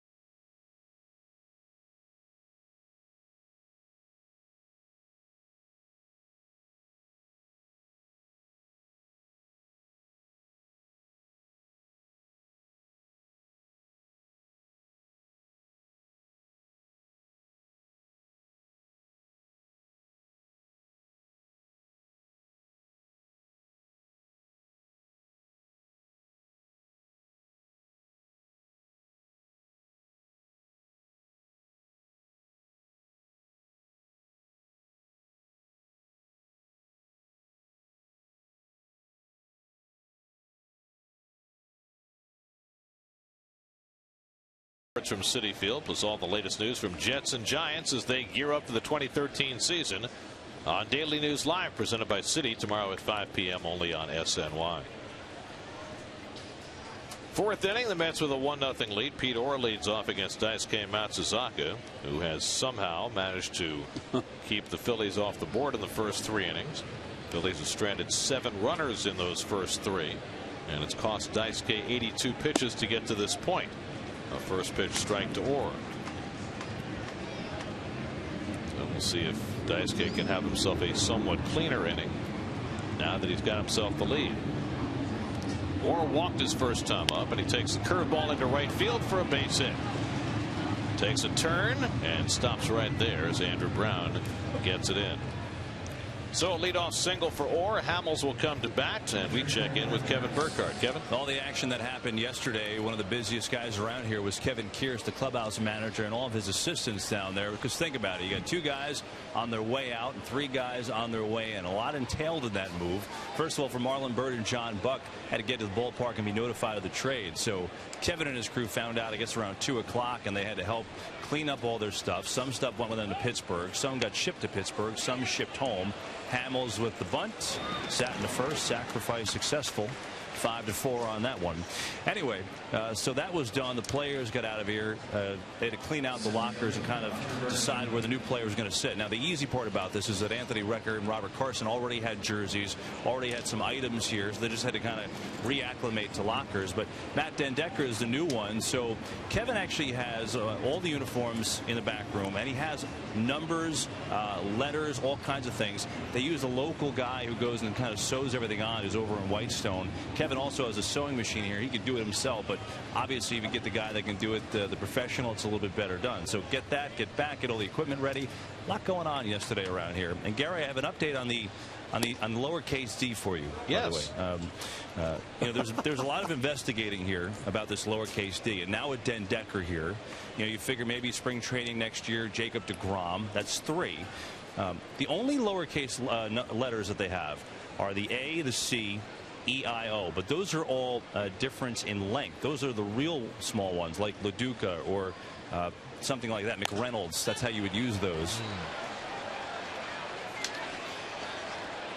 Flores calling off Davis for the second out. So basically what you need is there is no availability of a lowercase alphabet that's the size of the capital letters that are put out there by, I believe, Majestic is the company. So the Mets, I'm told, are working on a solution, Gary. So hopefully by next year you'll see a whole slew of lowercase letters in spring training. I think that's fantastic. Yeah. Now Matt Dendecker has said he's okay with having the uppercase letters on his jersey as opposed to Travis, who uses the lowercase d. The reason why is in Florida he had the lowercase den, the first three letters, but they were smaller in length, so he thought it looked kind of weird. But maybe if they get the new and improved ones, he might change his mind. I mean, think how offbeat it is for a team to have 3 guys potentially next year with names that begin with lowercase d's. Who knew that knit 1 pearl 2 was important to being a clubhouse guy? I mean, how many guys can you think of? Mike De La Hoz back in the day, backup infielder. Wow. But there haven't been too many in big league history. Of course, the standard recently was set by Travis d'Arnaud's brother, Chase, who plays for the Pirates, and he had the upside down P as his lowercase d. Rollins drives one to left center. Young coming over toward the gap, but he can't get it. And it goes to the wall. Ward comes in with the tying run. Rollins takes a turn. He's going to try for 3. Turner's relay throw, and he's out at third. Rollins trying to take the extra base, makes the final out of the inning at third base. Not a good play by Rollins, but he does drive in the tying run with his 27th double of the year. Turner with a perfect relay throw. Satin gets the tag down on Rollins, and he is tagged out to end the inning.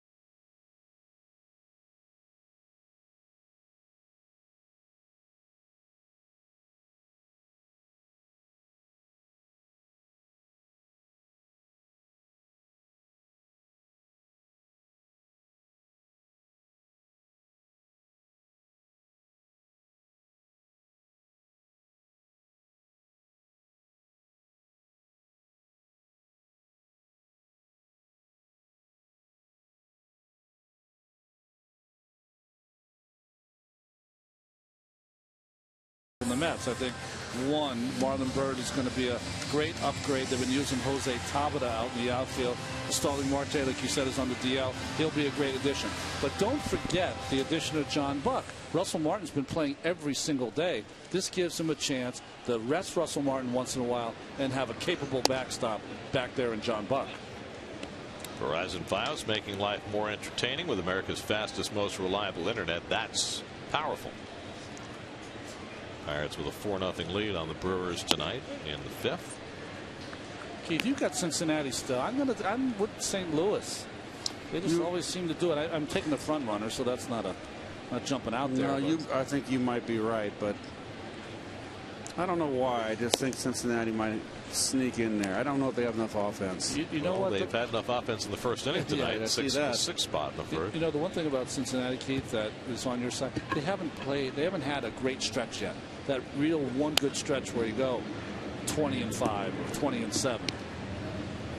Well, here's your Verizon text poll for tonight. Who do you think is going to win the National League Central? Interesting that we made the Pirates A and the Cardinals B and the Reds C.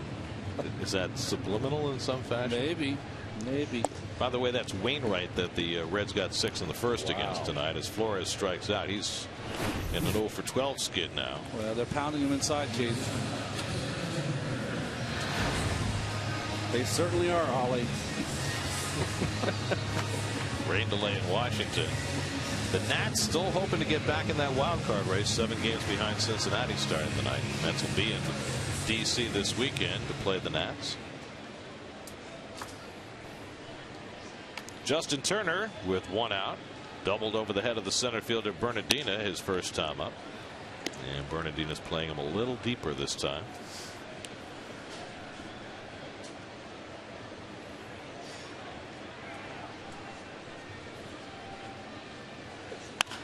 Driven down the left field line. Foul. Oh, that guy hurt his hands. Smoked him. See, that's why us ex-professional ball players don't do that. He's trying to get it for his kid, though. He got hurt. That hurt him. He's shaking it off, though. He can't show it to his kids. If you're going to sit in that seat, you got to bring a glove. Yeah, that got him. Had to put a little hurt on him. Dad's got to be tough in front of the boys. So the kid behind him had a glove. Yes. Saying you should have got out of the way. I would have caught it.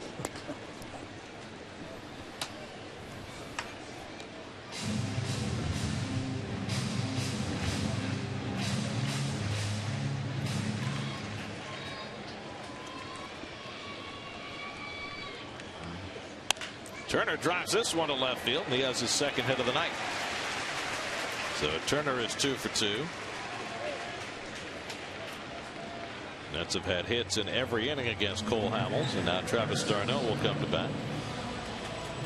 Travis flying to left his first time up.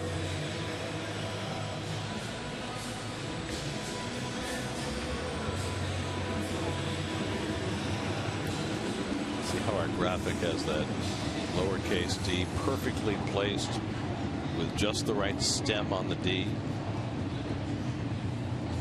It's going to happen. Yeah, it's going to happen.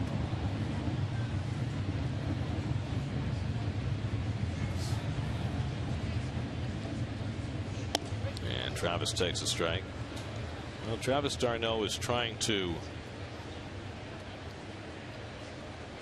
enter what has been a pantheon of maybe the most solid position in Mets history when you take pitching out of the equation.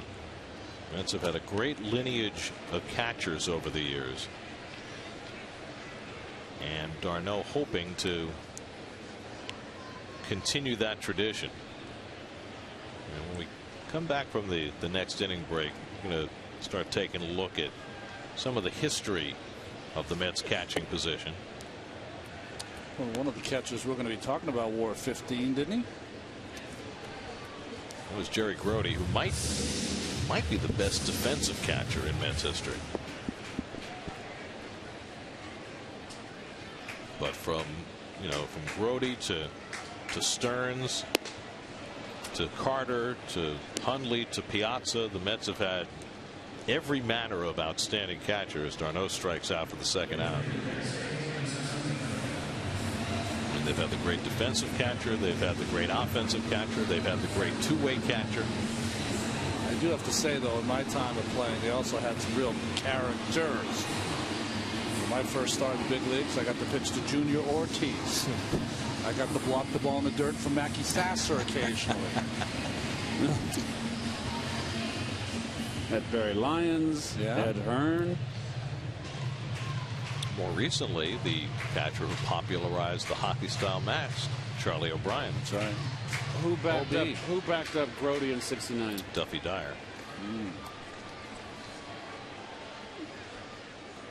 Daisuke had a base hit his first time up, and he takes a good rip at that and fouls it back.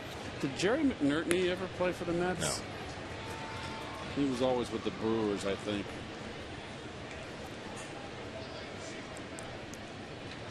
You know who the Met catcher with the highest batting average ever is? Is it 1-for-1? Yep. Dave Liddell. Wow. Nobody remembers No. him.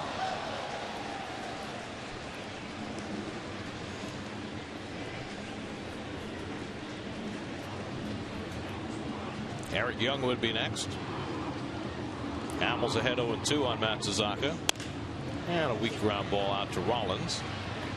And that'll do it for the Mets in the bottom of the fourth. So we'll take a look at the Mets catching lineage when we come back.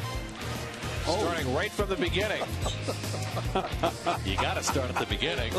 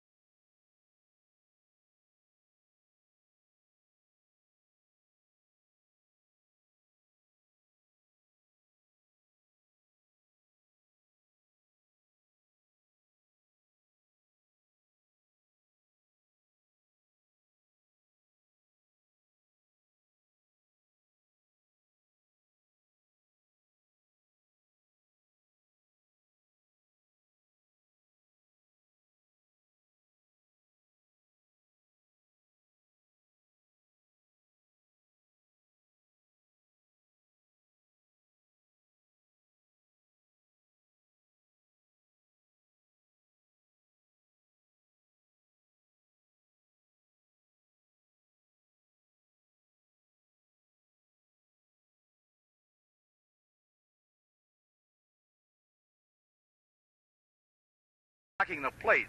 Now, this is a very big item for a catcher. What can you tell us about it? Well, that's right, Bob. All I can tell the people about it, and some of the young fellas, is to try and protect themselves, because those runners are trying to score, and our job is to block that plate. That's where games are won and lost, right at the plate. So our job is to block it, Bob. That was Joe Ginsberg being interviewed by Bob Murphy in 1962. Now, Ginsberg was a catcher with the 62 Mets, but Hobie Landreth was not only the first catcher for the Mets, he was the first player in the history of the Mets. He was the first pick by the Mets in the expansion draft that created the Mets in 1962, taken from the Giants. And Casey Stengel was asked, why'd you take Hobie Landreth with the first pick in the expansion draft? And he said, well, if you don't have a catcher, you got a lot of pass balls. And so it began.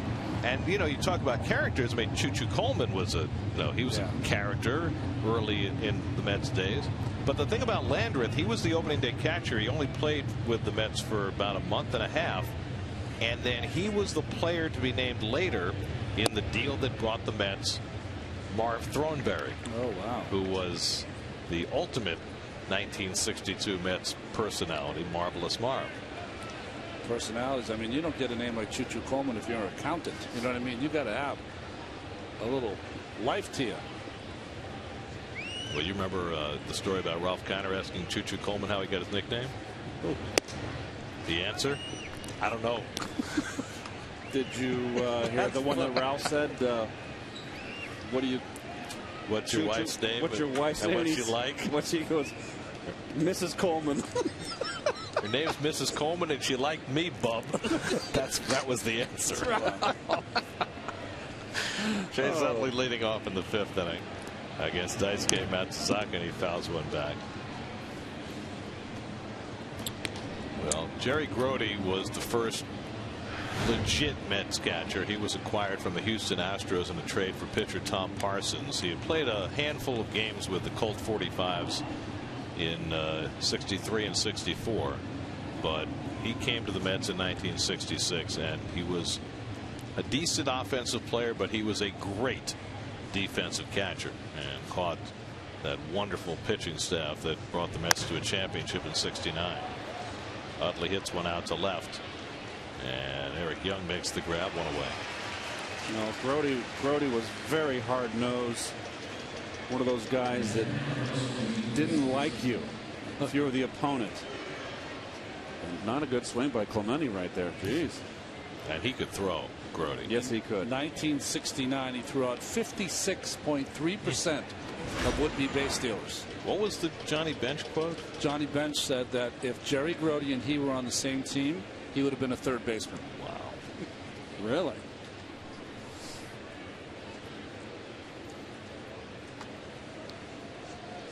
Here's the Phillies catcher, Carlos Ruiz, who has struck out and been hit by a pitch. And, you know, Grody was the primary catcher for the Mets for more than a decade. And when he was done with his time as a Met, that was right about the time that the Mets got John Stearns in a trade from the Phillies. And Stearns was a different kind of player. Well, John, I played against John. I tell the story. He didn't take his mask off one time when we got in a collision at home plate. I almost broke my collarbone. But John was a base stealer. 250, 260 hitter. Not a lot of power, but could run. He was one of the new catchers that came on that was unusual, that could steal a base. 25 steals in 1978, which was a National League record at the time. Tap to the right side and into right field for a base hit for Ruiz. The thing about Bad Dude is that he lived up to it. He just was barrel chested. See that ball get past Ike. In your face. If he didn't like how you were pitching, he would tell you. And unfortunately for John, his last game in the major leagues, 1984, I pitched it, and we lost the ball game. But Dan Dreesen got me for a couple. But he was fun to pitch to. Just he he was on your side. He would do anything. And then after the 1984 season, the Mets made the deal that brought Gary Carter to New York. And you know, Kidd held down that position for 5 years as well as anybody ever has. And playing against Gary when he was an Expo before his knees really deterred him from being the all-around catcher that he was. He's a phenomenal defensive catcher, phenomenal arm, and came over to the Mets. There's Robert Carson right back up in the big leagues, getting warm. Got 2 good years out of Gary, and then it was painful to watch him in that trainer's room before every game. Wasn't it, Ronnie? He used to get on top of that trainer's table, and the roof was too low. So what they did in the Young drives one toward the right field corner. That's going to go beyond Brown's reach and hop over the wall for a ground rule double. So Ruiz will have to stop at third. So Matsuzaka in trouble yet again. The Phillies with second and third and 1 out. The pitch count over 100 already with 1 out in the 5th inning. Doesn't matter what uniform Matsuzaka's in. Michael Young still hits him hard. It's 10 hits and 17 at bats for Young against. And there's the Kidd. Kidd had a quickness to him for such a big man. Yes, he did. He was very athletic. He was a 3-sporter in high school in L.A. Football, basketball, baseball, and he brought a tenacity and an intensity to the park every day. Second and third and 1 out. The infield back for Cody Ashe, and he pops one foul back and out of play. Well, there are some of the particulars on Gary Carter, who wears an Expos hat in Cooperstown, but the 5 years he contributed as a Met, memorable. I was telling that story really quickly. You'd come in the trainer's room, the popcorn ceiling, he had punched it out. So every time you go in the training room, he'd be getting his knees taped but you would only see him from the neck down because his head would be above the ceiling. And Daisuke ahead on Ashe, 0-2. Well, let's see if they are going to fail in getting a runner in from third again. Well, the Phillies had bases loaded, 1 out in the second, didn't score. Bases loaded, 1 out in the third, didn't score. Ashe struck out with the bases loaded and 1 out in the third, now batting with second and third and 1 out. And the Mets conceding a run on the infield.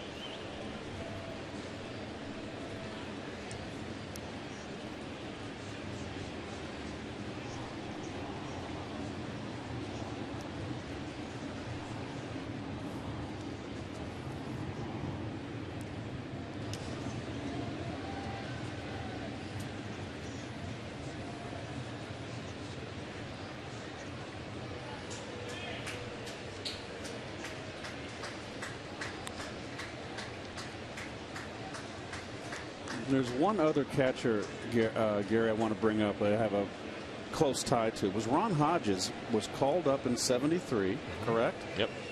And I was in Double-A in Little Rock. Ron was with the Memphis Mets, and he got called up to the big leagues, and that was uncalled. That was unheard of. A guy getting called up from Double-A. And he did a heck of a job in the second half of that '73 season for the Mets. And he was a fixture with the Mets for a long time, almost all of it as a backup. Yeah. You know, of all the front line catchers the Mets have had in their history, there's only one who was a Mets draft pick, and that was Todd Hundley, who came along in the '90s and set a Mets club record for home runs in a season. Switch hitter, more power from the left side, but Todd had some great years. As Ashe has to move back, and it's 1-2. And you know, we haven't even gotten to Mike Piazza, but you know, we're talking about Travis d'Arnaud and you know what he needs to do to be part of that terrific catching tradition for the Mets. Starting pitcher in between starts. Just outside, 2-2 to Ashe. Cliff Lee there trying to balance the water bottle. Crushed water bottle. Oh, the games people play.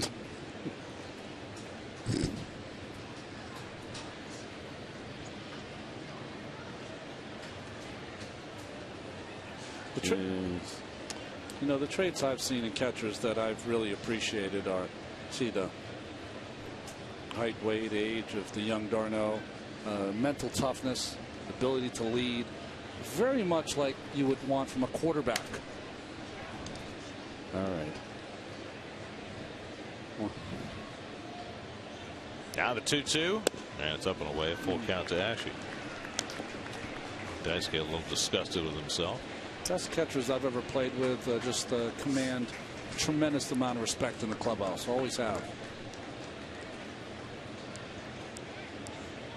Well, of all the players, the starting players, they're the ones that are most involved in every play.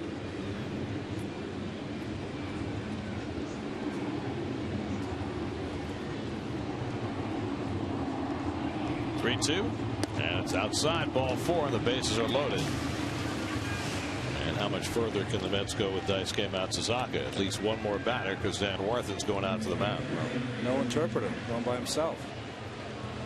One good thing, the construction will be over in the LIA by the time this game's over. It'll go all the way to Sag Harbor. Well, we talked about John Stearns, and here he is. He was as tough as they came. He could throw, too. Well, you saw Dave Parker there. He's famous for blocking the plate and breaking the collarbone of Dave Parker. Flipped him right over his shoulder. One thing about Bad Dude, if he was your teammate, he was on your side 100%. Remember Mike Jorgensen got beamed one year, and shortly afterwards, Bill Gullickson, who was a very hard-throwing right-hander, threw a ball over Jorgensen's head. Not playing that day was John Stearns. He charged Gullickson and took him down. That's the kind of intense competitor John was. He liked to hit. He was. Well, how about the collision with Dave Parker? He didn't back down from Parkway, and he took the fans out that were on the field one time. Third time tonight, the Phillies have had the bases loaded, 1 out. Mayberry takes inside from Daisuke, 1-0. Mayberry has walked and fouled out to the catcher. That ended the third with the bases full.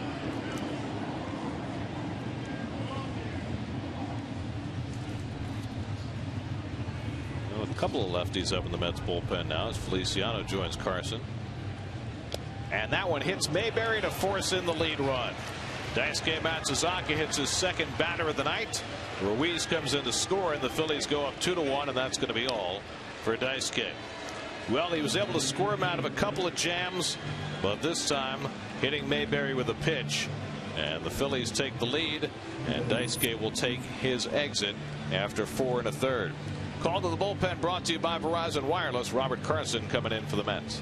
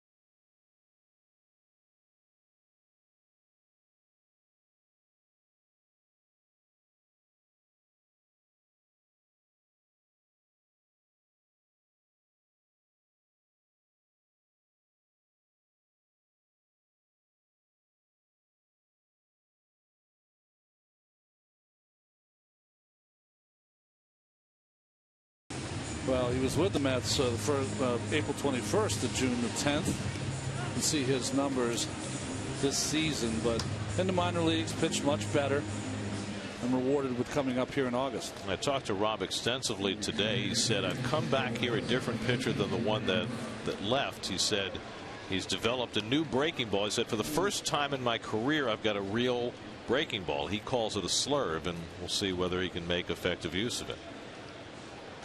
Darren Ruff will bat for Pete Orr, so a right-handed bat against Carson, with Young at third, Ashe at second, and Mayberry at first, and one out. 2-1 Phillies in the fifth, and Ruff fouls one off, 0-1. Ruff started the first two games of the series in left field, went 0 for 6. So Orr walked and singled in his 2 plate appearances, and now taken out. Here's the line for Daisuke. 110 pitches in 4 1/3 innings. He was able to slip out of trouble a couple of times, but not the last 2 innings. A ball and a strike to Ruff with Cole Hamels on deck.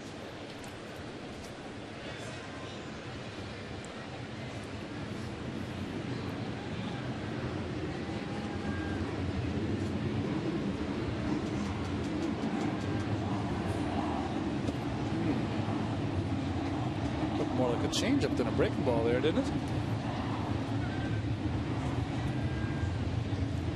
That's a tough place to be. You got a guy with a lot of power. 2-1 count.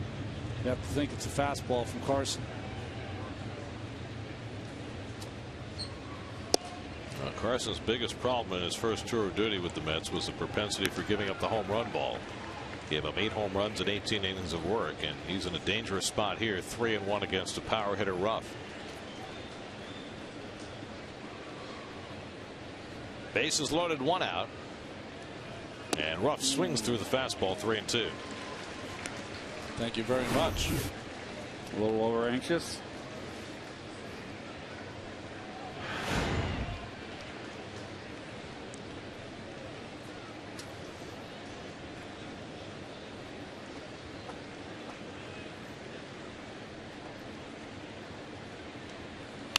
And Ruff pops one foul. That'll come back and out of play.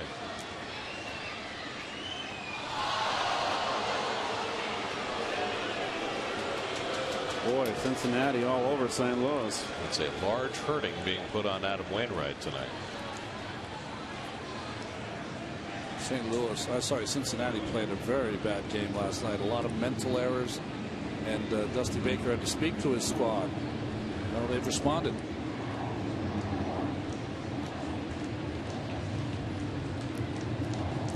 Again, the 3-2 to Ruff, and he struck him out. Came inside with a fastball. So Carson comes in with the bases loaded and strikes out Ruff for the second out. Another guy not able to put the ball in play with a runner on third base, less than 2 outs. So it's left to Hamels, who has struck out and sacrificed tonight, 0 for 1. Jeez. The Phillies have already left 7 runners on base. They're in danger of leaving 3 more.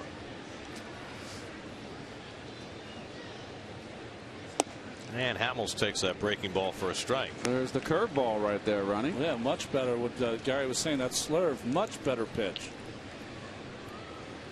He said it took him about 2 or 3 weeks of throwing that pitch on the side before he was willing to use it in a game.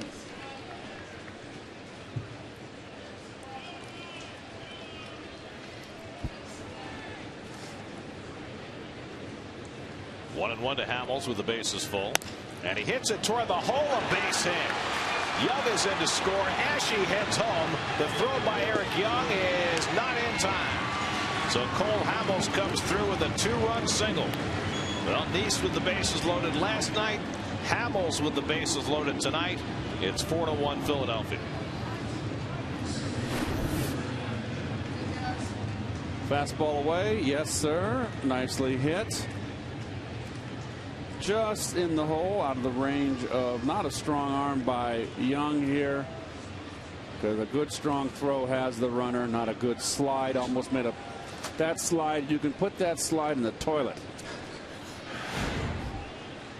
He almost slid himself into an out. Yes. Get your feet there first.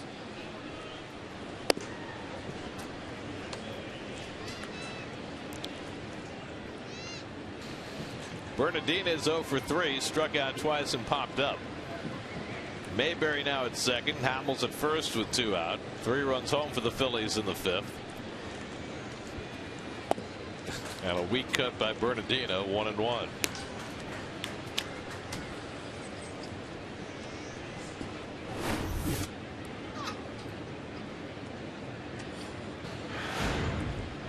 Been a struggle so far in this game for Bernardino.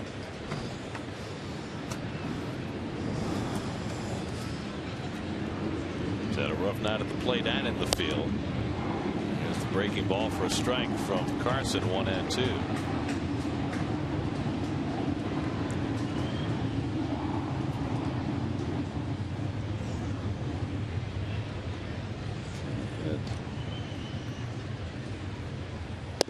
And Carson misses away. 2 balls, 2 strikes. Bernardino, the 8th man up in the inning. Jimmy Rollins would be next.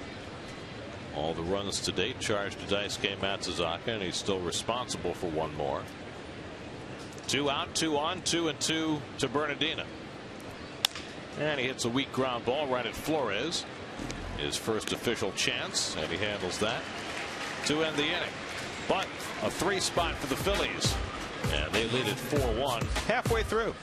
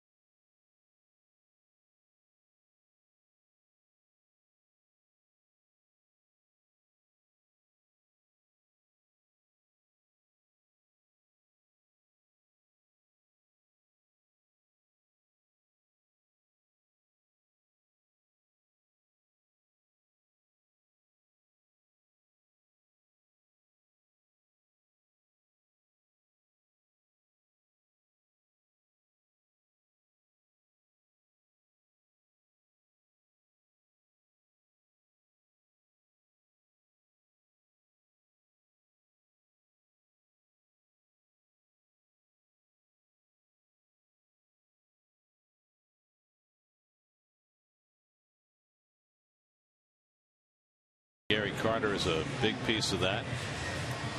And some of the best seasons Met catchers have ever had. Mike Piazza, 124 RBIs in 1999, 40 home runs. Todd Hundley in his 41 home run season, a Met record that was tied by Carlos Beltran. Darren Ruff stays in the game in left field. Cole Hamels now with a 4-1 lead, faces the top of the Mets batting order, and Eric Young takes a strike. Young reached on a fielder's choice, stole a base, scored a run in the third. Stolen base gave him 30 for the year. Mike Piazza will be inducted into the Mets Hall of Fame the last day of the season. And last year, when we did the Mets all-time team, it was Piazza who won that spot in probably what was the stiffest competition of any position. Deservedly so. He was here longer than Kidd. Well, plus he's the best offensive catcher in the history of the game. Exactly. I thought the tough choice was the left-handed reliever. I meant the position. Yeah, that was a hard one. Which one? There. Jesse? No, it was Tug Jesse or Franco. Oh yeah, right. Jeez. That was a difficult choice. Yep. And Franco won, I believe, right? Yes. Right-hand pitcher wasn't easy either, even though the choice ultimately was obvious. Utley with the glove flip, no chance to get Young. And Eric has an infield hit. Well, you got Seaver. Good. Gooden. That's pretty good right there, right? Yeah. Right. You don't Tough one. need to talk anymore after that. Sorry, Ron. Oh, listen, there's a group and then there's a group. Have to watch those guys. We were in the top 4. Really? Yeah. That's pretty good. You deserve to be there. Pretty good. I'll take it. Who got the lefty? Was it Kuzi? Yeah, Kuzma, unquestionably. It was you and Fonzie. And Reyes and David Wright. Okay. Beltran. Strawberry. And Cleon Jones. No, Cleon, of course. Cleon could hit. Okay, who was behind Kuzma as left-handed starter? Was it Leiter or Sid? I don't know. They didn't reveal second in the balloting. I think there were 3 or 4 candidates at each position. Lagares has been on base twice with a double and a walk tonight. I think that Sid and Leiter won about the same amount of games in a Mets uniform in the 90s somewhere.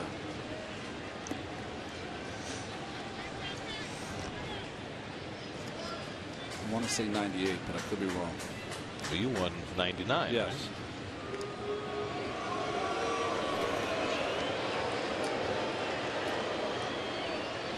You know, there might be a start available for you in September to get that 100. I was thinking pull a Mini Minoso coming in this game to get that one out in the 5th or something. Young stole his 30th base of the year in the 3rd inning, and we mentioned that his dad stole 30 or more 9 times. That makes the Youngs the 5th father-son combination to each steal 30 bases in a season. Sandy and Roberto Alomar, Bobby and Barry Bonds, Jose Cruz Sr. and Jr., and Maury and Bump Wills, the other father-son combinations to steal 30 or more.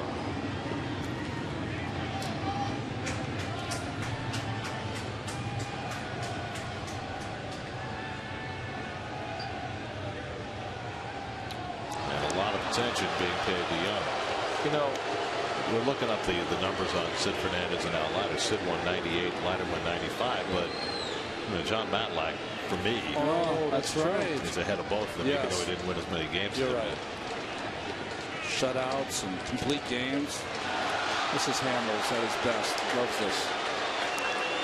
And not a single legitimate pickoff try among them. Just a bunch of soft tosses.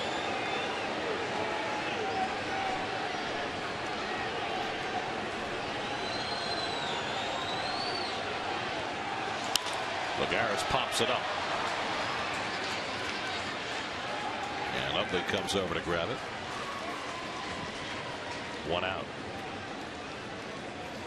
Well, there is Mr. Piazza. That's the day he arrived in 1998.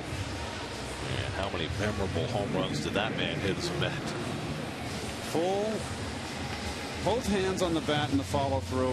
He came back with his body weight. Recoiled, right?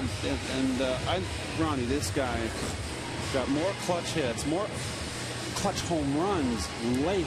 Sense of the dramatic. Oh my word, was he something else?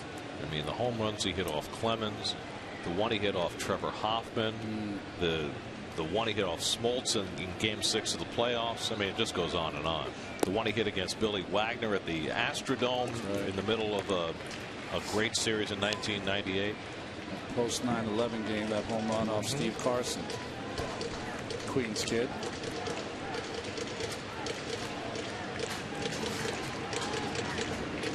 Andrew Brown 0 for 2 tonight. He's flied out and fouled out to the catcher. So here's what it comes down to as we're talking about catchers and what they need to achieve. As you look at Piazza, who, you know, he was an offensive machine. Yeah. Not noted for his defensive skills. So you come back to, you know, Piazza and Hundley and Carter all were great offensive players, but ultimately that's not job one. There he goes Young. The throw by Ruiz not in time, and Young has his second stolen base of the night, his 31st of the year. Good jump. Good throw. Too much speed. 23rd stolen base now since being in the Met uniform.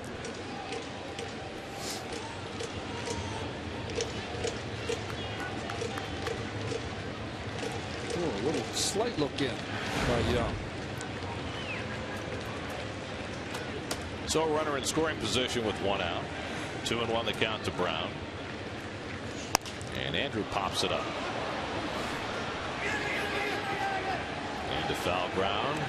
And Young puts it away. 2 out.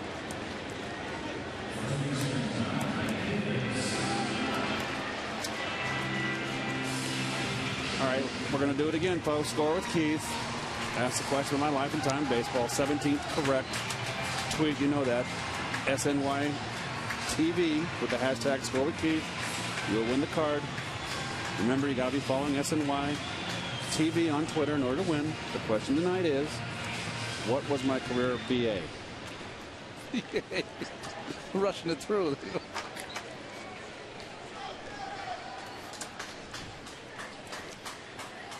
But you didn't go to college. Here's Ike Davis, who drove in the Met run with a base hit in the 3rd, and he fouls that ball off. So, you know, I'm thinking about guys like Yadier Molina and Carlos Ruiz, who started out their careers as defense-first catchers and became better offensive players. So when you look at a Travis d'Arnaud, where is the focus as he begins his career? He's struggled at the plate so far. What is that, the focus? Or is it somewhere else? It's not the focus for me. I feel like he's going to hit, but you know, you got to prove that. The focus for me is catching first. You know, he's going to have a pitching staff of, you know, Harvey, Neese, Wheeler, etc. And that's going to be the strength of this ball club. So his role is so important defensively. I mean, that we're even lumping in, you know, when we're talking about Piazza and Carter. But you know, we started with, and I know that's kind of how we started because it was 69. Start with Grody because he is one of those guys because his defense was so great. You can just be a defensive player and be a MVP kind of player of your team. I look at Travis as they got him and they feel he's going to be a hitter, Gary. And out of the mold of Chooch behind the plate, Ruiz, a line drive hitter. I don't think he's going to be a home run hitter, but this is a big ballpark. He's going to be a doubles hitter. Oh, nice pitch. Hamill strikes out Davis with a changeup. So my focus will be, and like Ronnie said, he's got to prove it, but I think that he has a chance to be a tremendous average hitter. I like his swing. 5 in the books now at Citi Field. The Phillies lead the Mets 4-1.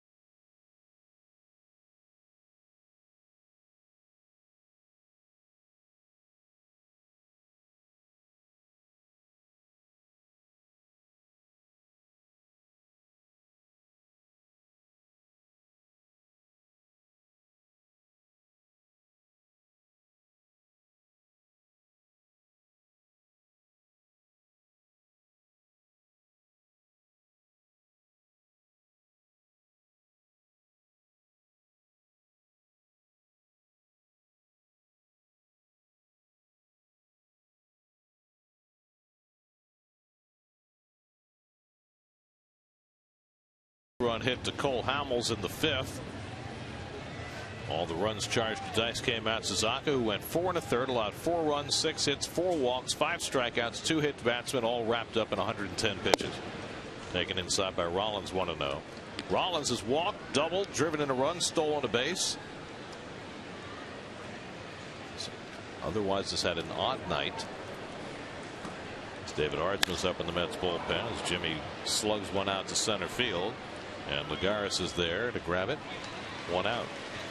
Let's check in with the studio. Janae Coakley is in the studio for a game break presented by your local Tri-Honda dealer.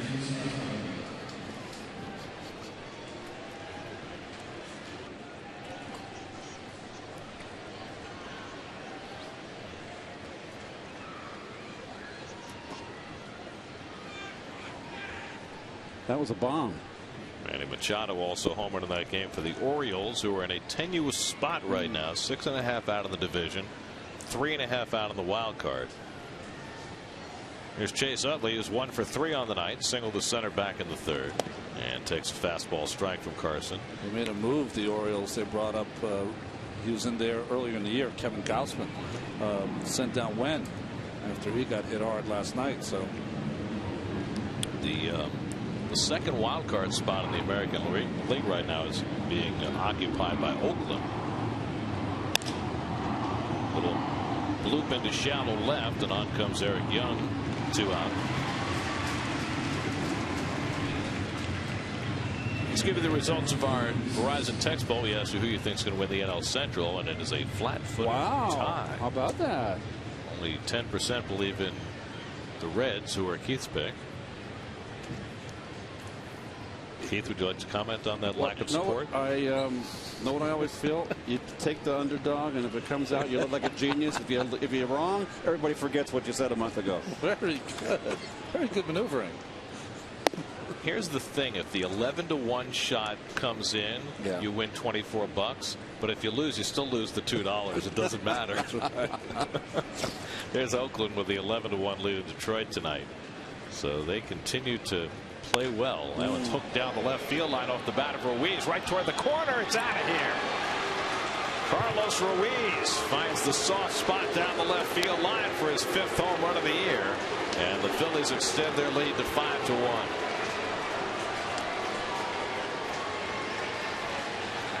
So Rob Carson, who struggled with the home run ball in his first tour of duty, gives up another one. This is kind of the Carlos Ruiz we saw all last season.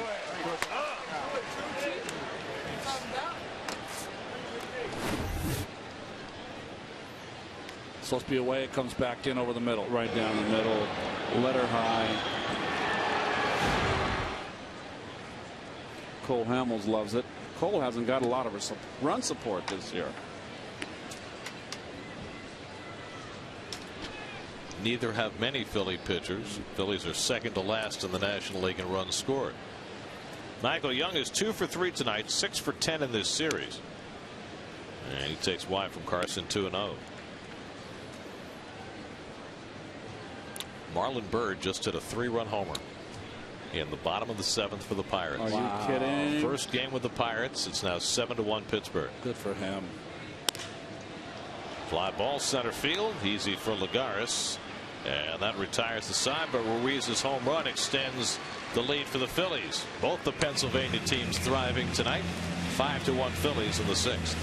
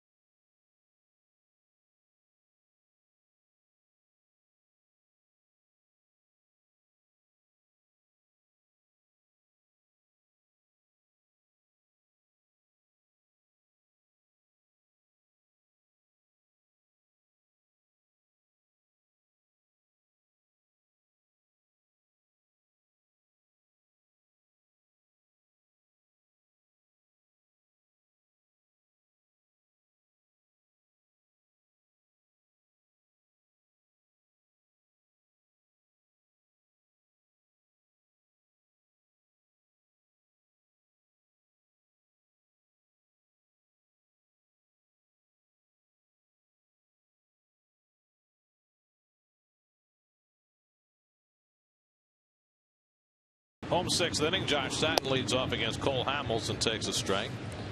Satin has struck out and flied out 0 for 2. He's 0 for his last 10. He's seen his average shrink to 285. Satin, Flores, and Turner for the Mets against Hamels, who gave up a run in the third. Mets had a 1-0 lead, but the Phillies have scored in each of the last 3 innings. And the curveball misses outside 1-1. We haven't seen much of that from Hamels. It's thrown less than 5, and one of them was a base hit by Justin Turner in his second at bat in the 4th inning. Runs that fastball on the inside corner for a strike. 1-2. There's Wilmer Flores on deck. Hamels at 88 pitches working in the 6th inning. He has struck out 6, walked only 1, allowed a run on 6 hits. And Satin lifts one to right. Mayberry moves over. 1 out. All right, folks, it's time for the AT&T trivia question again. If you think you can stump Gary, and I know you can because some of you have, tweet at SNYTV with the trivia question and the answer with the hashtag Stump Gary. Good luck, Gary. It's Wednesday already. Yes, another Wednesday.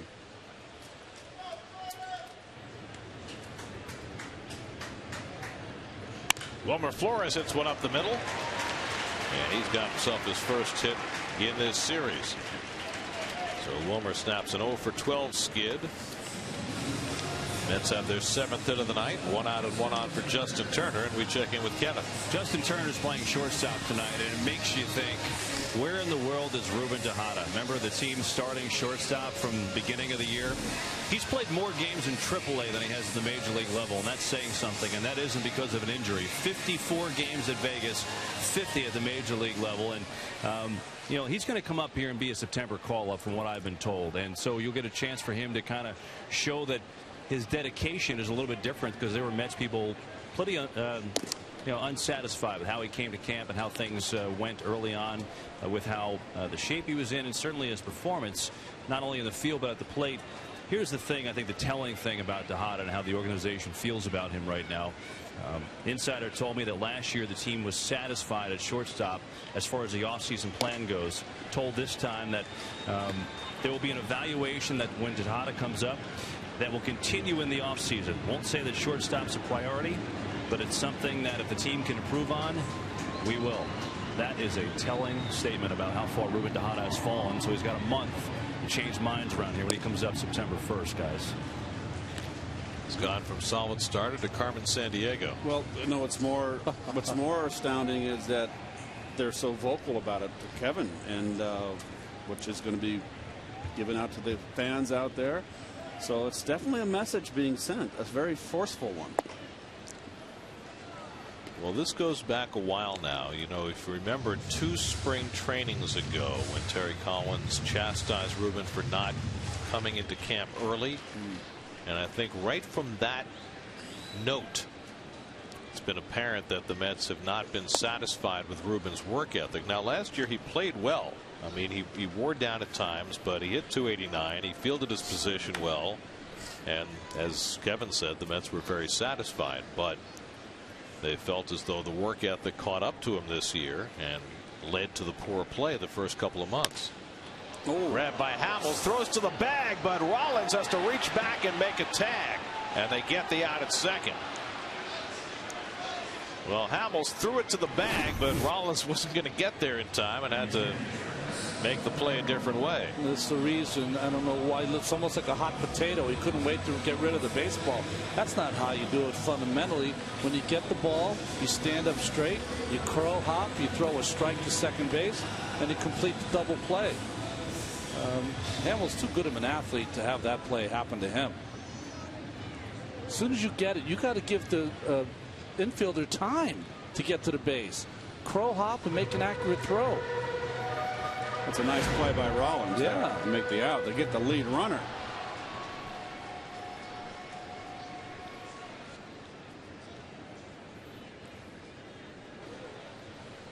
So here's Darno, who's 0 for 2 tonight. Flied out and struck out. Turner now at first with 2 out. And d'Arnaud hits it in the air to left, chasing Ruff back. And in front of the warning track, he puts it away to retire the side. A hit and 1 left. We've played 6 now at Citi Field with the Phillies up 5-1.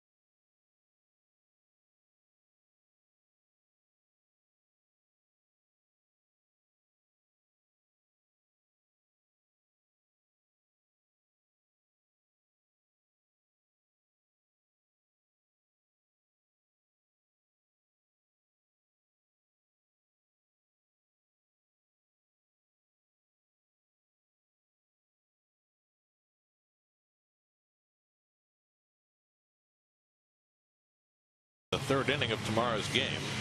Just go to SNY.TV, click on the link, and join the conversation. It's Chat Live with Bobby Ojeda, presented by Verizon, only on SNY.TV. David Ardsma will pitch the 7th inning for New York. Well, it's been a struggle. He's hit his real first roadblock of the season so far against Ardsma. 9 runs given up in his last 10 outings, so he's going to try to correct that today. See that first batter face? Yeah. 393 batting average. That's a problem. Faced only 1 batter his last time out. That was Sunday against the Tigers. Faced Miguel Cabrera. Gave up a hit. Joined the club. Right. Cody Ashe leads off for the Phillies in the 7th. Ashe 0 for 2 and a walk. And he takes a strike from Ardsma. Ashe, then Mayberry and Darren Ruff for the Phillies in the 7th. Philadelphia 5 runs, 8 hits, no errors. The Mets 1 run, 7 hits, and 1 error.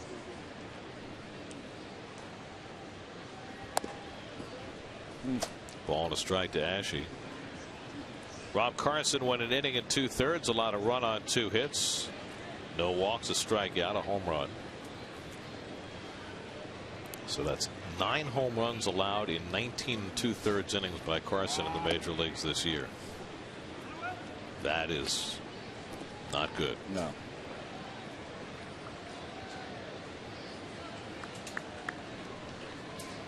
His first outing in nearly 3 months in the major leagues. And Flores has it go under his glove. Looked like he had it lined up, but it went right on by, and Ashe will get credit for a base hit. I think Ashe's hurt over there at first base. This ball's ripped. He just didn't. He just kind of botched it there. No, we're getting our first look at Flores playing second base, and that ball was a little too quick for him. Meanwhile, Ashe trying to work out whatever befell him as Wally Joyner, the first base coach, looks on. Let's see where he got hurt here. Oh, his hammy. He's seen it over. Yeah, just as he came past the bag. They got to get him out. Well, Now Ryan Sandberg and the trainer will come out.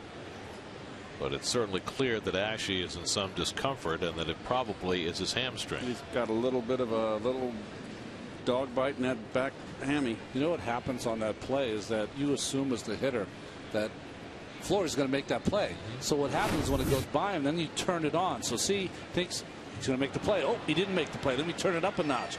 And when he did, bit him. There it is. I know he's a young. Yeah, he's trying because this is his shot. Yes, right. You're 23 right. years old, doesn't want to come out of the lineup, but he clearly is in some discomfort there. He's got to go south for the winter.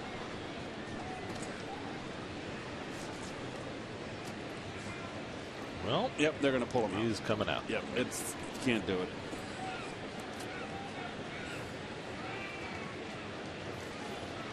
Is it going to? Yeah, it's going to be McDonald. So the veteran Johnny McDonald will come in to pinch run. Johnny McDonald, who was last seen Saturday pitching for the Phillies in that 18-inning game against the Diamondbacks. He and Casper Wells both pitched. Wells wound up on the disabled list with some vision issues, and McDonald still around, and he will pinch run for Ashe, who is reluctantly coming out. We'll have to get Elias on that. It seems like a lot of position players have pitched this year, hasn't it? Well, you know how it works.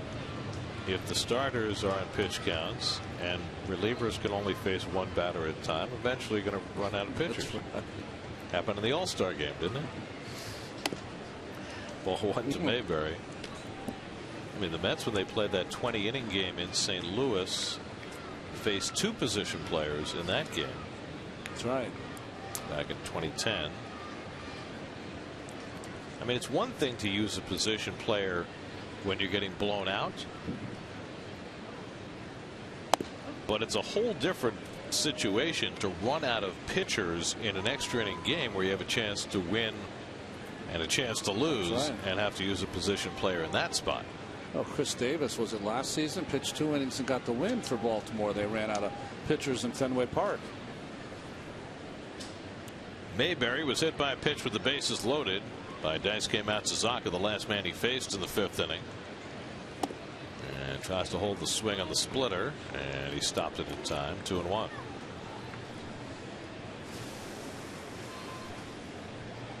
Darren Ruff, hitting 8th in the order, is on deck.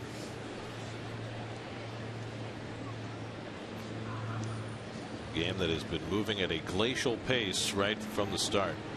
Daisuke Matsuzaka threw 82 pitches in the first 3 innings without allowing a run.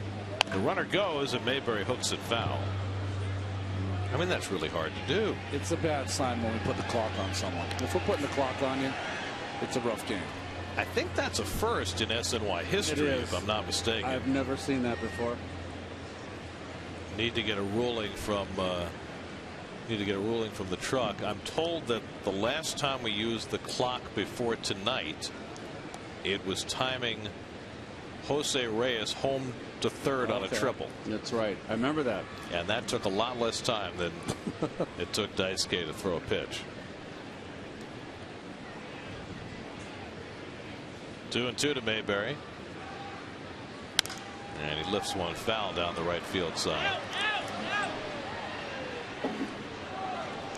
By the way, speaking of Reyes, we idly mentioned on the air yesterday that, hey, if the Mets are down on Ruben Tejada, maybe they'd make a trade to bring Reyes back. And a lot of people heard it. And well, they thought it might be a good idea, but they want to know if it's going to happen, because you know how it works these days. You speculate about something or think, something might be a good idea, and all of a sudden gets out there in Tweeterville. People get in a frenzy.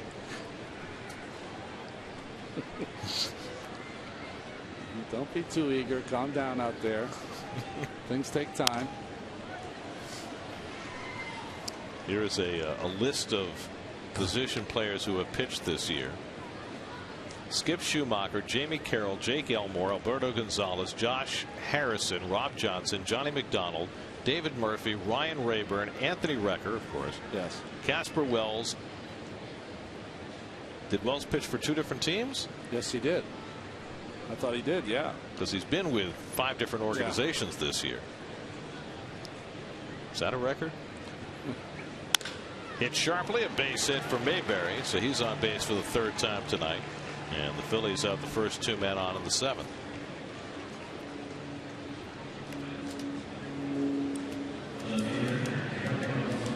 So now Darren Ruff bats for the 2nd time. Came up with the bases loaded in the 5th and struck out as a pinch hitter. Staying in the game in left field. Phillies now with 10 hits on the night.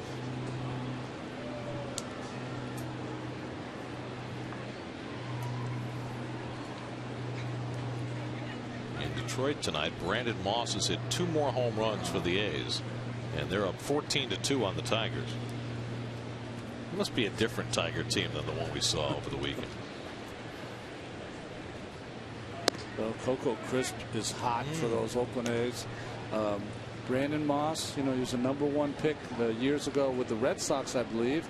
Sent over to Pittsburgh and hasn't really found his way until now. Well, he's not the first player to have that happen for him going to Oakland. He picked up a number of hitters over the last few years who have found their power with the A's.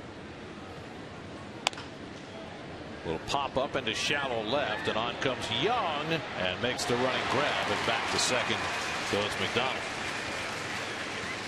So Young using his speed to outrun that ball for the first out.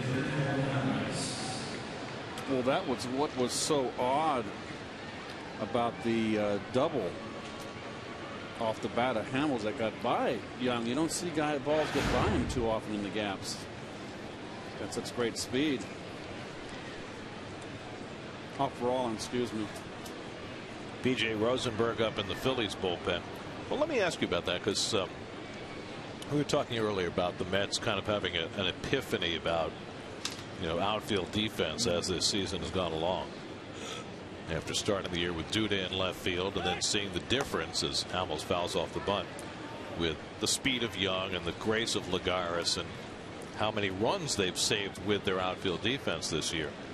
What do you think that means for this franchise going forward? Do you think that they will put a premium on defense in the outfield, or do you think that if they can find a slugger that they'll be willing to sacrifice some defense out there?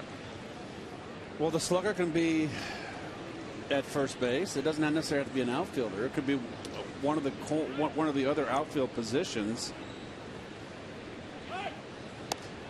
Hamels pops up the bunt, and d'Arnaud squeezes it for the 2nd out. And unlike the Phillies, the Mets don't leave third base unguarded. So ideally, if you get a power bat, I just think that you could. I mean, defense is important. We have to see the progress of these guys, Gary, how they hit this year and how they progress over the years. Well, the thing is, the Mets came into the season thinking that they had 2 left-handed sluggers in their lineup, Davis and Duda, and they've gotten a combined 19 home runs out of the 2 of them. Well, you know, the best laid plans of mice and men, and that's why the Mets are in the position they are. I'm not putting everything on those 2 players, but there was a lot expected of them offensively, and it just didn't happen. There was a big void in the lineup. McDonald at second, Mayberry at first with 2 out. I just find it fascinating in terms of the way you construct your team, both in terms of the ballpark you play in and the philosophy of a given general manager and his staff.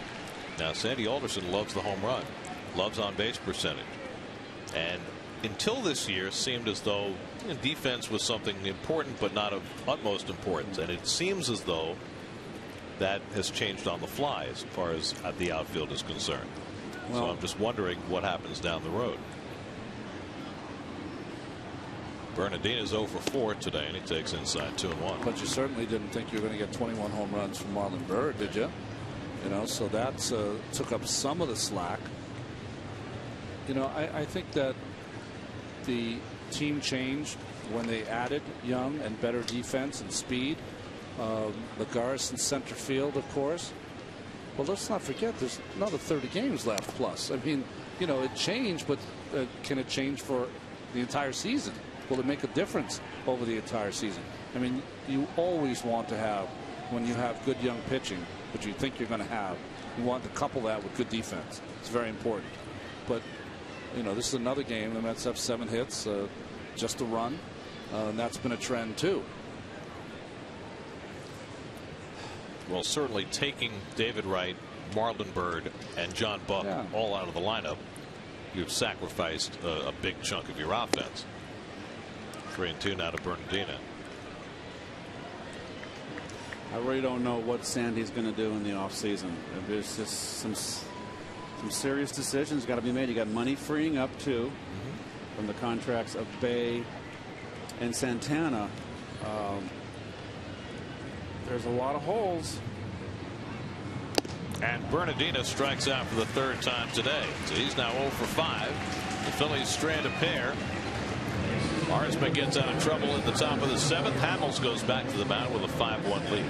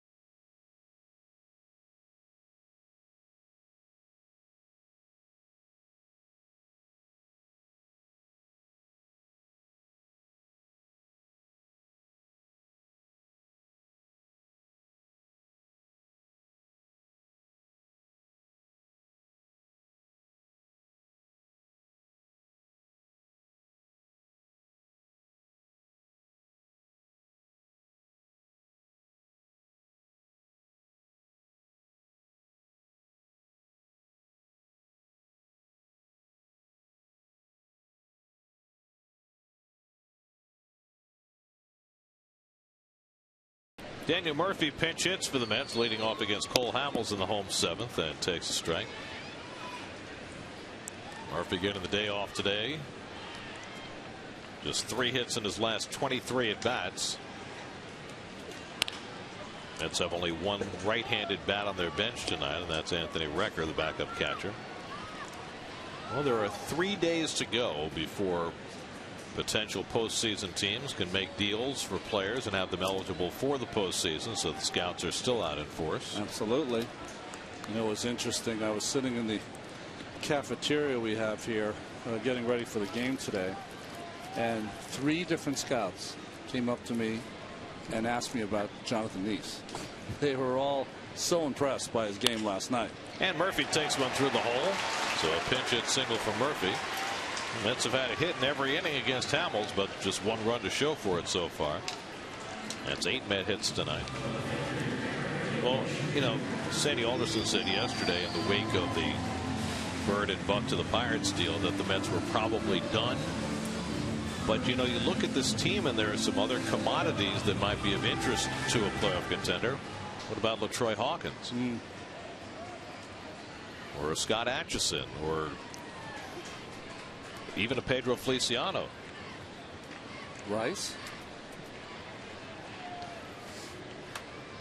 Eric Young is 1 for 3. And he drops down the bunt. Ruiz will go to first with it and gets the out there.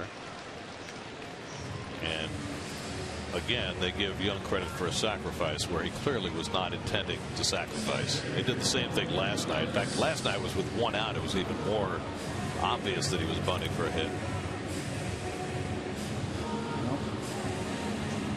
I mean, if you're the official scorer, it's like beating the system. I mean, you're down by 4 runs in the 7th inning. Yep. It is ludicrous to think that that is intended to be a sacrifice. Jake Diekman, the left-hander, B.J. Rosenberg, the right-hander, up in the Phillies bullpen. Juan Lagares has doubled, walked, and popped up tonight, 1 for 2.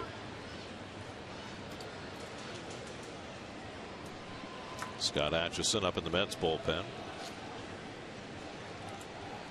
There goes Murphy stealing third, and he makes it, and he better. Down by 4 runs in the 7th inning. This thing is upside down. What is going on? Well, no one paying attention to Murph. 17 stolen bases now for Murphy. Nice. I like that slow-mo. Beautiful. Ooh. He was out. He was out. He was off the bag when he got tagged. Yeah. You know what? Probably should have been out. I mean, what's he doing? And like I said, it's upside down, so gotta explain it. I can't explain it. Well, here we go. He's safe right here, but look what happens. You know, Johnny Mack, he knows how to play the position, stays with him. He's close. Maybe. Well, there you go. He had the glove on him when he was off the bag. And Lagares chases the changeup. And Hamels has the strikeout, his 7th of the night. Boy, a lot of runners on third in tonight's Wago. Not driven in. Your key to Mets box score: Justin Turner has a couple of hits. Ike Davis has the only RBI, and that's about all you can say about the Mets offense tonight. 2 stolen bases for Eric Young, not pictured. Here's Andrew Brown with 2 out and a runner at third. Brown's 0 for 3 tonight. Mets are 1 for 9 with runners in scoring position. Boy, Hamels has had a good changeup tonight. Facing an almost all right-hand hitting lineup as Brown takes a strike. You know, like Tommy Glavine, sometimes that helps the pitcher because he can stay in his slot all night long, stay in the same sequence of pitches all night long. Fastball in, changeup away. And that's what he's done.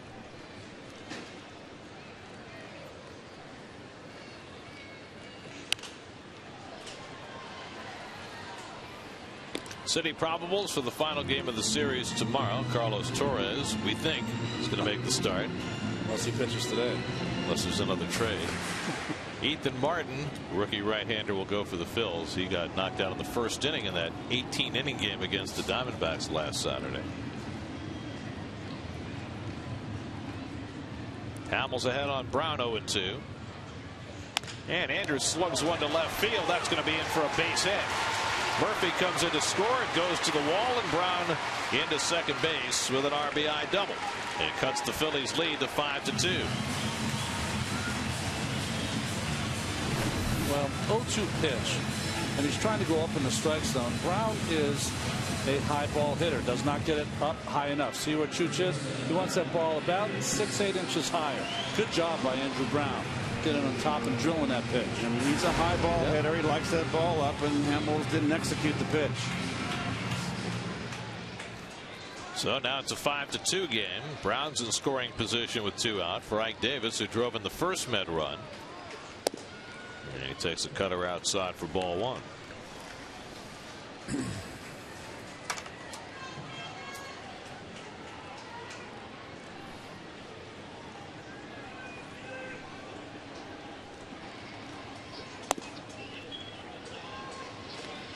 Two and 0.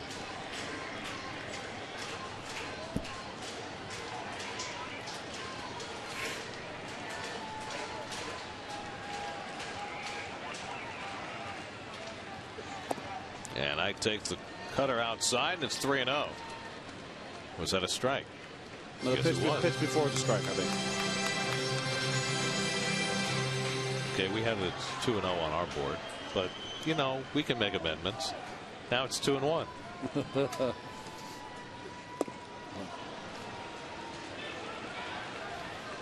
And he's been able to throw his changeup effectively against left-hand hitters.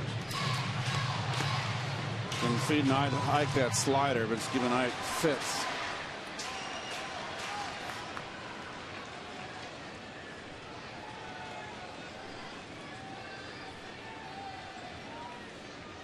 Two. And it's on the outside corner. He got him looking. 8 strikeouts for Hamels. 3rd time he's got Ike Davis, who lingers to talk about it with Angel Hernandez.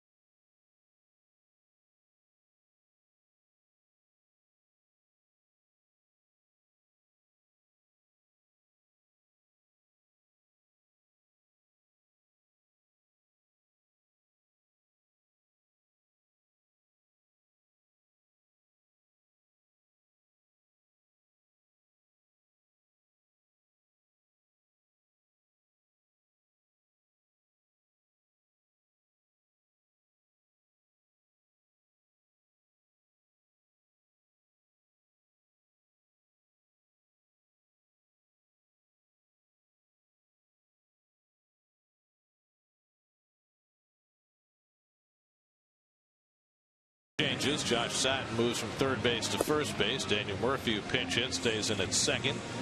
Wilmer Flores moves from 2nd base to 3rd base. There he is. And Scott Atchison comes on to pitch the 8th inning as Jimmy Rollins will lead off for the Phillies. Well, Atchison's trying to rebound from his last outing 3 days ago against the Tigers when he gave up a couple of runs and 3 hits. It'll be Rollins, Utley, and Ruiz for the Phillies in the 8th. Rollins drove in a run with a double in the 4th. That tied up the game. Got thrown out trying to stretch that double into a triple to end that 4th inning. Jimmy's 1 for 3 and a walk tonight.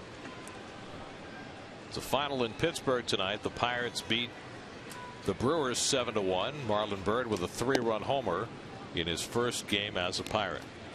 In Pittsburgh, how to win friends and influence people straight away, right? Charlie Morton got the win for the Pirates. And Atchison takes care of Rollins on 3 pitches, 1 down in the 8th. Let's check in with the studio. Janae Coakley is standing by with this game break.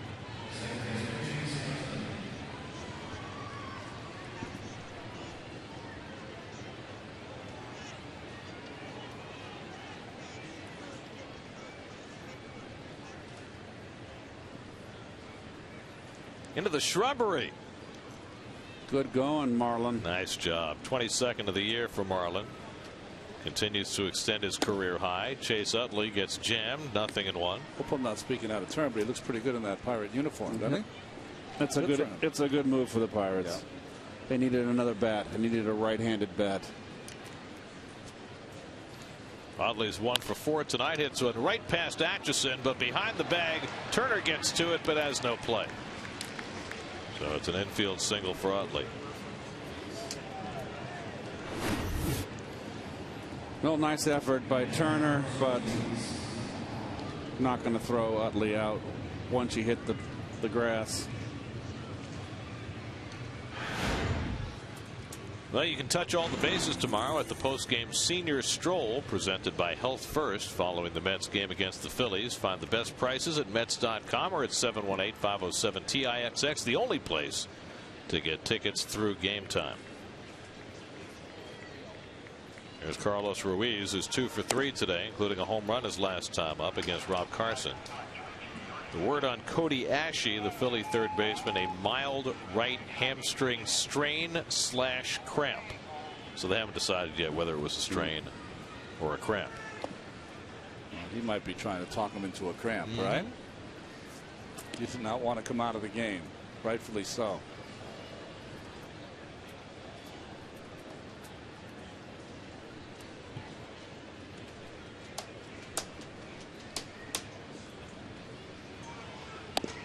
And Ruiz takes a strike, 1-2.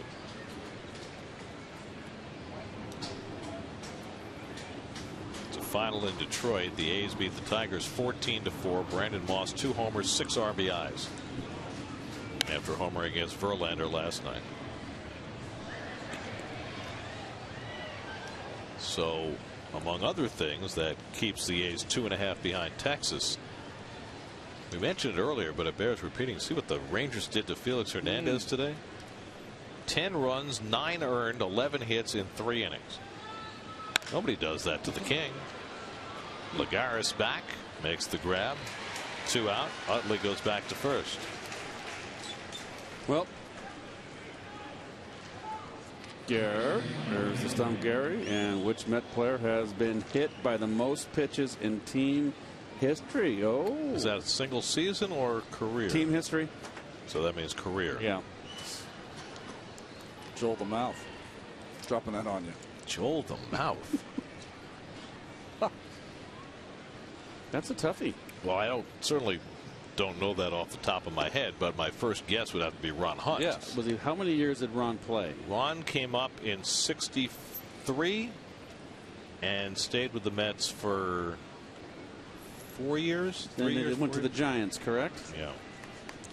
I just can't think of anybody who got hit on a more regular basis. Now, his best hit by pitch season came as an Expo when he got hit 50 times in one season to set the major league record.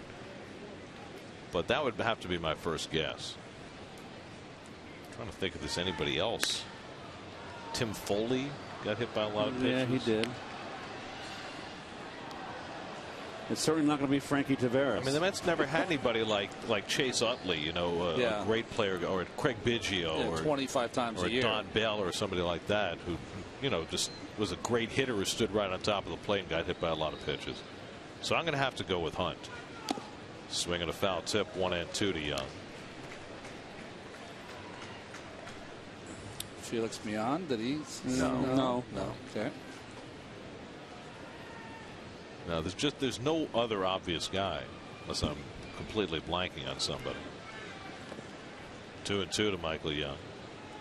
Young is 2 for 4 tonight, 6 for 11 in this series. Do you think it could be someone who spent many moons here? That's possible. Right.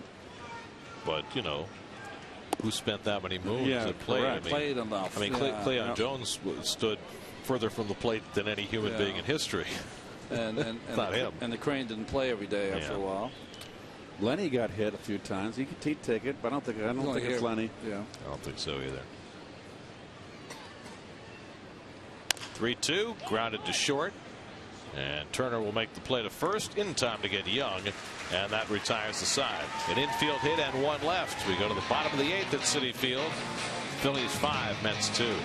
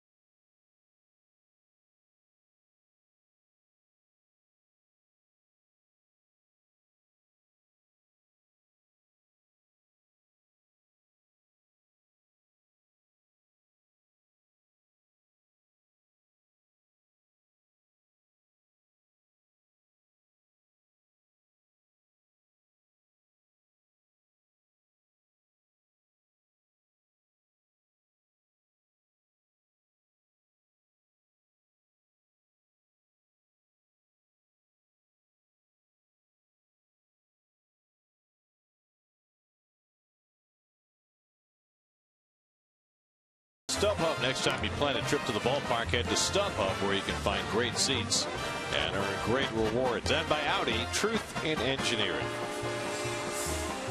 Final game of this series tomorrow afternoon. Carlos Torres against Ethan Martin. Our coverage begins on SNY tomorrow at 12:30 in the p.m.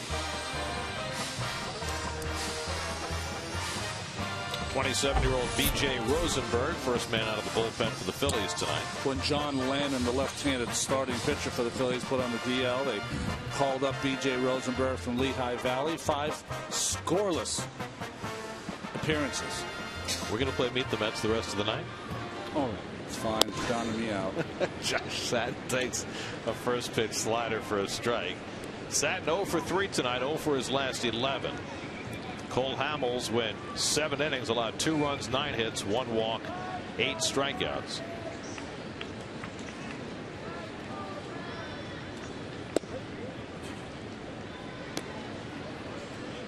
...114 pitches for Hamels tonight as he is in line for his 6th win against 13 losses.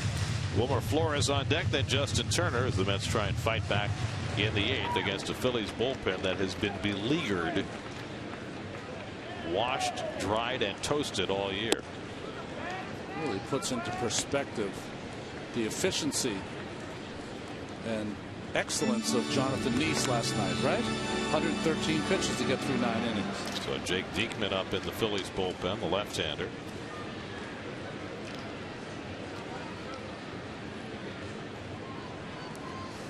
Rosenberg ahead in the count, and he throws it low to Satin, 2-2.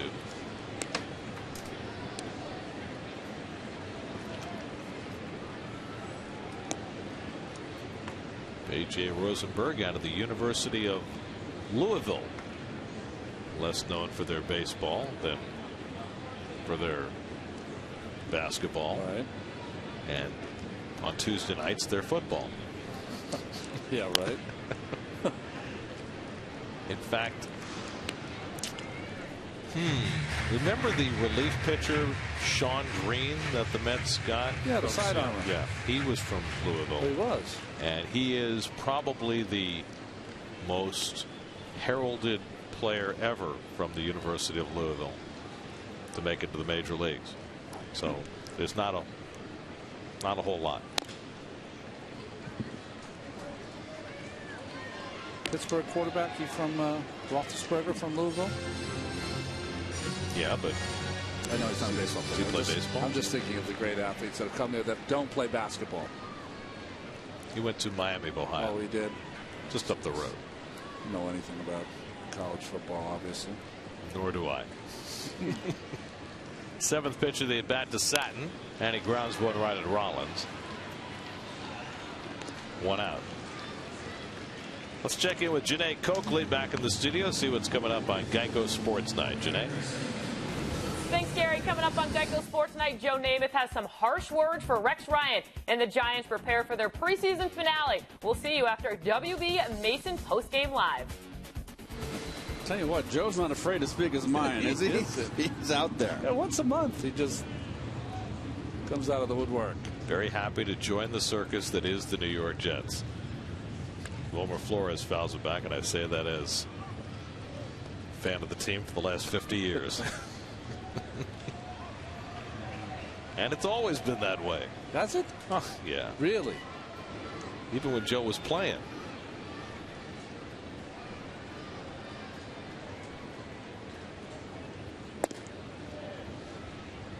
One and 1 to Flores. That's a look that I don't believe that I could pull off. You? Oh, isn't it Bow Tie Wednesday? Didn't you say something about wearing bow ties to the park today? Did I miss it?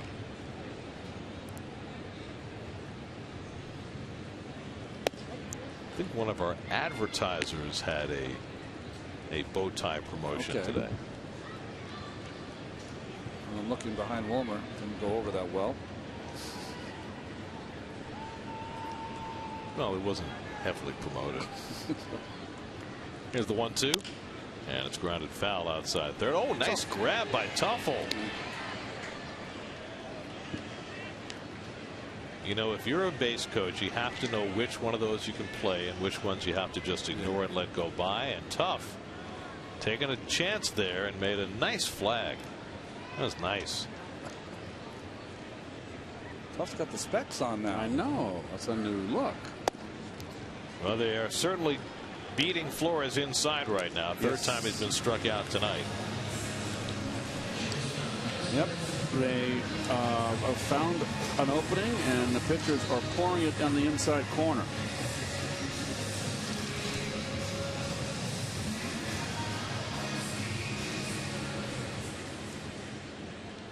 There's the bow tie. Hey, see, we found the bow ties. All right. That's Bill Webb and his crew hunting bow ties. Well, the Glee Club before the game, which did an outstanding rendition of the Star Spangled Banner, they were all in bow ties. There we go. All of a sudden, the bow ties are everywhere. Who knew?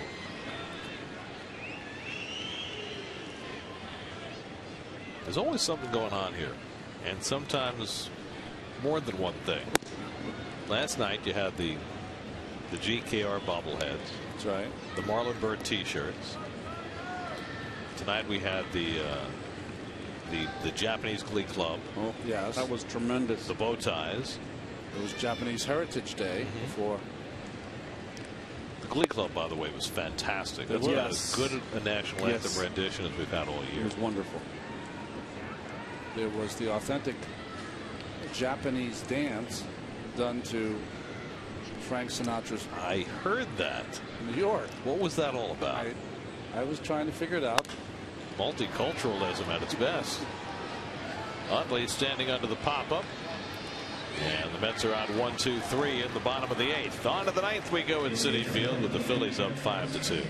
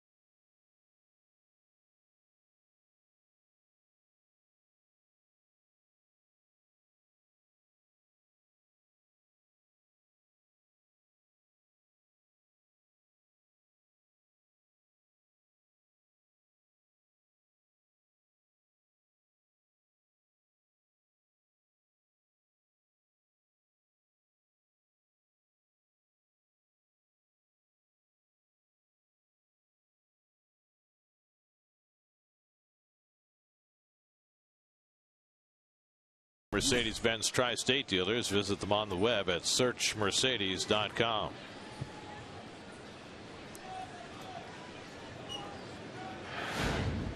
Slow motion seems perfectly appropriate tonight. That was slow motion.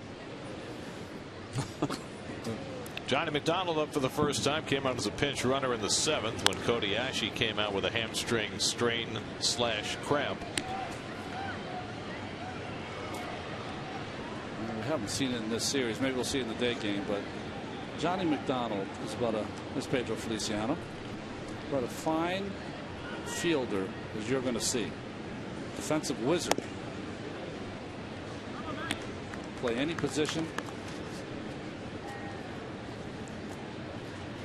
15 years in the major leagues, 38 years old. And Atchison gets ahead of a 1-2. Johnny McDonald played his college baseball at a place where they don't have a college baseball team anymore. Providence College. Oh.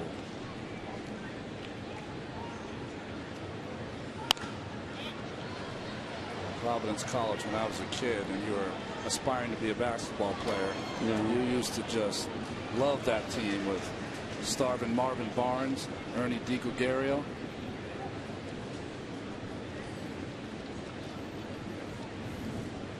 Back a little further, Jimmy Walker. There you go. Yeah. Curveball pulled down to third and right through Flores and into left field. Now Flores unable to make a play to his right, playing second base, and this one right through him at third base. Well, he sidles over, he gets in front, he just floodgates came up, everything properly done. He just under the wickets. So an error on Flores, the Mets' second error of the night. And now John Mayberry, who's walked, been hit by a pitch, and singled, 1 for 2. He's driven in a run.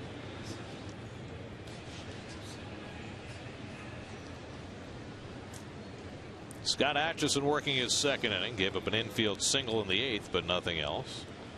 And the first pitch breaking ball hits slowly. Flores with another chance, handles this one, and Satin puts the tag on Mayberry for the out. McDonald moves to second on the play. Let's check in with the studio, see what's coming up on WB Mason postgame live. Chris Carlin, Bobby Ojeda, guys, what do you got?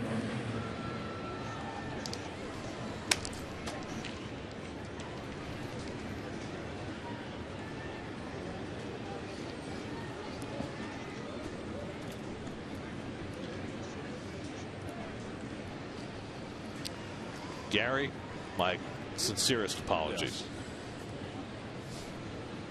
I've never seen the two of them together, though. You sure that Gary and Chris aren't the same person? Gary usually likes the late night games with me where we're doing it at 4 o'clock in the morning. So this will be an easy one for him. Pro's pro, Gary Apple. Darren Ruff is 0 for 2, struck out and flied out, and knocked down by d'Arnaud on the breaking ball in the dirt. 1-1.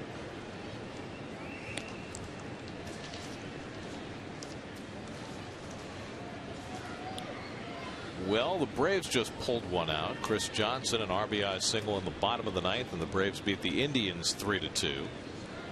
And it's good news for the Tigers, who maintain a 5.5 game lead over Cleveland despite their loss tonight. How about the season he's having, Chris Johnson? That's the big surprise for me. That and Andrelton Simmons might be the MVP of that team. The Braves are a little banged up right now with Jason Hayward out of the lineup, probably for most of the rest of the regular season. They did get Dan Uggla back tonight, though, coming back from LASIK surgery. They signed Elliott Johnson 2 days ago. He gets a big hit. Huge hit last night. He drove in the only 2 runs in a 2-0 win. Johnson was with what, the Royals when they came. And he was hitting right? about $150. Ruff takes it wide in a full count. And then Kimbrel is Kimbrel. Oh, Lagares has some company.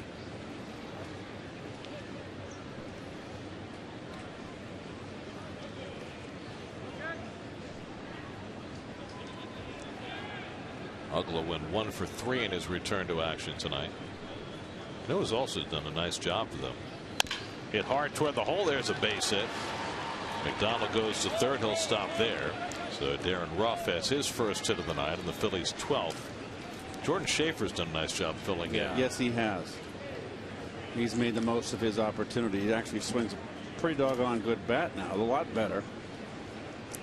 Now Kevin Franzen will be a pinch hitter, batting for the pitcher. Franzen started at first base last night, went 0 for 3, also made a key error in last night's game. And another opportunity with a runner on third with less than 2 outs. It's not been a game of success in that situation. Been a lot of men left on base. Most successful with a runner at third and less than 2 out tonight. John Mayberry got hit by a pitch with the bases loaded. We have not resolved the Stump Gary question, have we? No, you already got you went with your answer. I would stick with it, wouldn't you? Oh, I got my answer. We haven't revealed what the actual answer is. So I guess we'll do it now. Oh, you're getting a little eager there. Hold the mouth. I love that. Oh, there you go. You know who's in second place?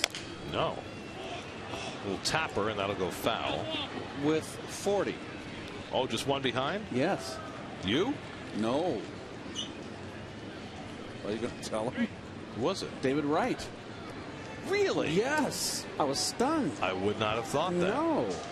I can think of one in particular. David's going to go ahead in that category. Wow. 40. I had no idea. You know who name was there that I couldn't believe? Cliff Floyd. Well, that makes perfect sense. It does. Ball inside. Not moving.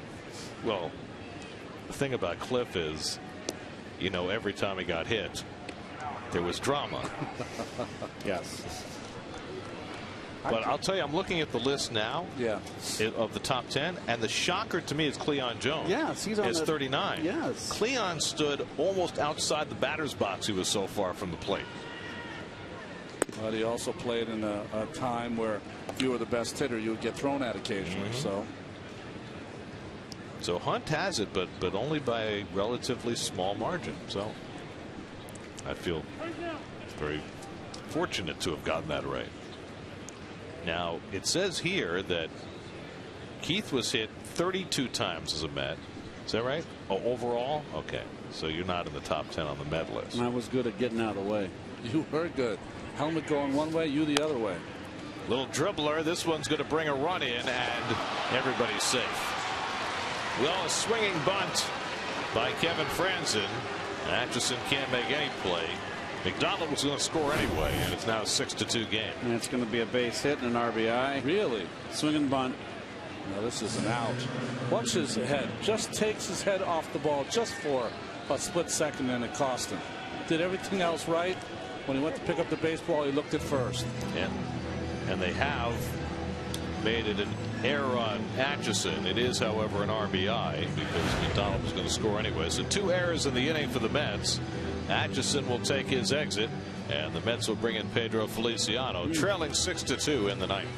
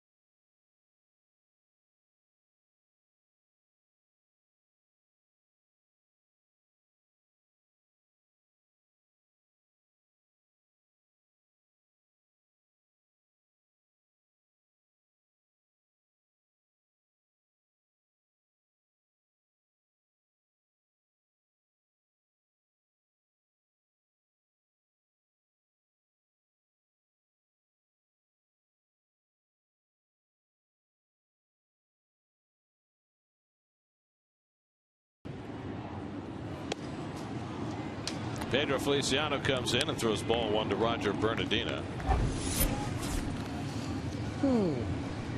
numbers, just a small sample here for Feliciano. 5 1/3.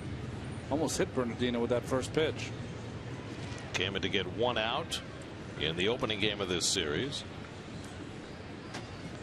Came in to get the pitcher. Yep. It was when Zach Wheeler was pulled because he had reached his hard pitch count. Rough night for Roger Bernardino. 0 for 5, 3 strikeouts, couple of rough plays in the field. Batting here with 2 aboard and 1 out. A run home for the Phillies because of 2 Met errors here in the ninth. The inning should have already been put to bed. And Bernardino pops this one up. On comes Eric Young. And that's the second out. And Bernardino is now 0 for 6. The good news is if you've had 6 turns at bat as the leadoff hitter, each team's had a pretty good day. 12 hits, 6 runs. By the way, we were talking about Mets hit by pitches in the trivia question. Jake Diekman up in the bullpen. It says here Keith was hit by 32 pitches in his career. Yeah. He was hit once apiece by 28 different pitchers and 4 times by Larry McWilliams. Hit me in the head. That goofy. Did he not like you? No, he was just. I stood on top of the plate against left-handers, and he threw sidearm, so his fastball would run in, and he got me in that twilight doubleheader in Atlanta with the Braves, and I had an 0-2 count, the shadows on the field, and I was protecting the plate, and I said it might be a slider, and I said no, it's not a slider. And I started backing away, and that ball followed me. Rollins drills one to center, but right at Lagares, and that ends the inning. Well, we're glad you're okay. I was very fortunate. It scared the heck out of me.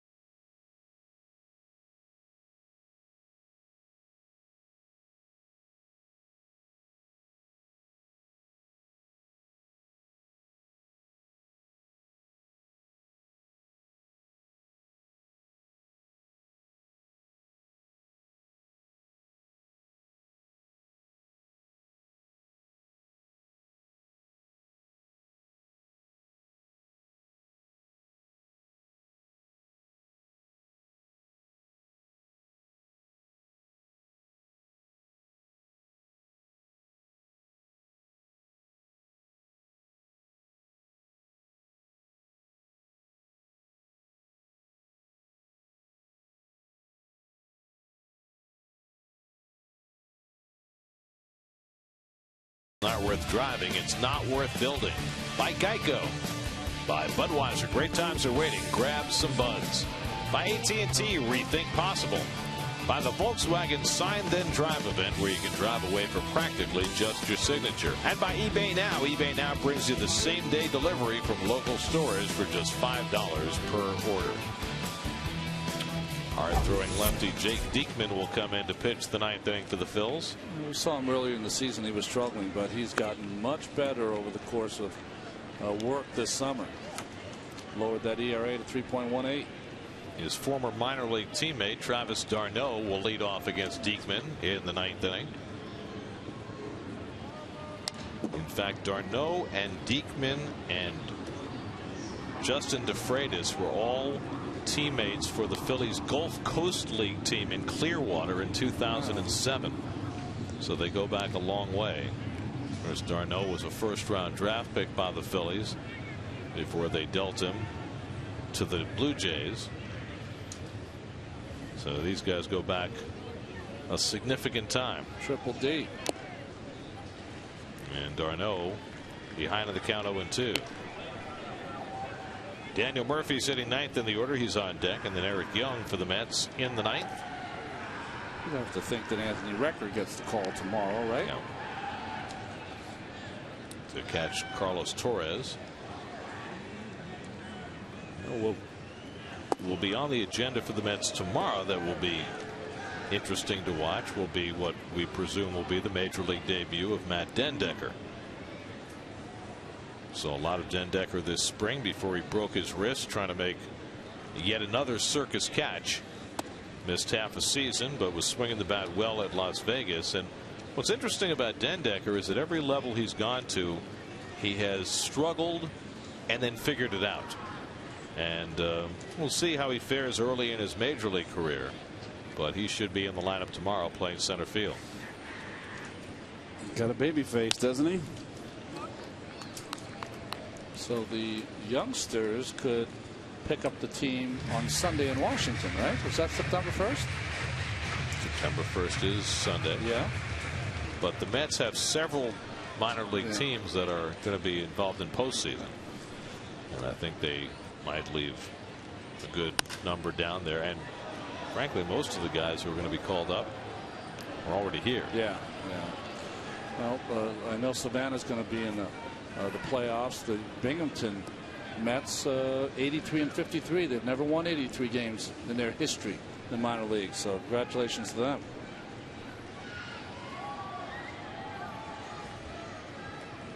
Two from Diekman to d'Arnaud, and d'Arnaud lines one to center, but right at Bernardina. So d'Arnaud hit it hard against his old minor league teammate, but into an out. One out in the ninth. How far is Binghamton from here, Gary? About a 4-hour drive. Cool. Maybe 3.5. Yeah. Well, you driving maybe 3. I remember when I got called up from Tulsa. That was around a 5-hour ride. I packed everything up in my studio apartment and got in the car and I drove it. Couldn't wait to get there, right? Murphy came up as a pinch hitter in the 7th at a base hit, stole a base, and scored a run. I do know this. Binghamton's a shorter drive than Las Vegas. Right. Yeah, that's been an issue all year, hasn't it? It sure has. Did you remember the days of 3-2 beer? Remember that? Coors was not sold in, was only sold in 3-2 form in St. Louis because of Anheuser-Busch. So whenever someone got called up from Tulsa, the veterans would call and said, bring up pack a couple cases. You were in charge of that? So I brought up, though, because it wasn't 3-2 beer. I remember I brought up 4 cases of beer in the trunk on my drive up one time. Always take care of the veterans. Hey, when a game like this, I'm just trying to fill time here. You're doing a heck of a job.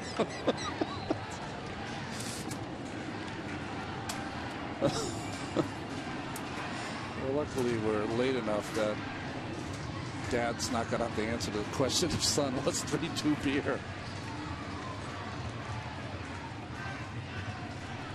I'm not even sure that I know what 3-2 beer is. It's the alcohol content. It was less alcohol. I see.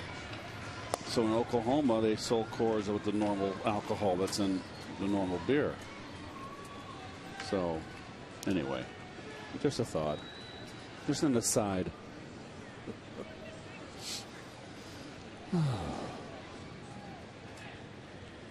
And Murphy down on strikes. So Diekman has his first strikeout. Slider away. Daniel fishing. It's been a long night. So the Mets are down to their final out. Now Eric Young, who's 1 for 3, couple of stolen bases, a run scored.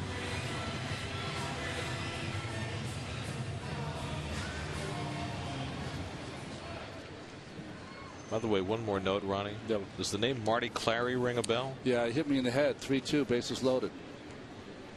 Do you know that Clary only hit 3 batters in his career, and you were one of the 3? I was shocked because, 3-2, I'm a pitcher. You figure you're going to get a fastball over the middle.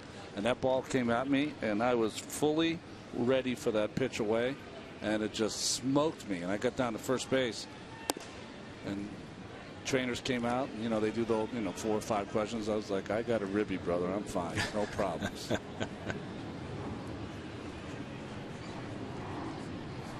It's funny how you remember his name, right? Fly ball to right. This should do it. Mayberry snags it. Mets are out 1-2-3 in the 9th, and the Phillies have taken 2 of the first 3 in this series. Cole Hamels goes 7 for the win. Daisuke Matsuzaka takes the loss as the Phillies win it tonight 6-2.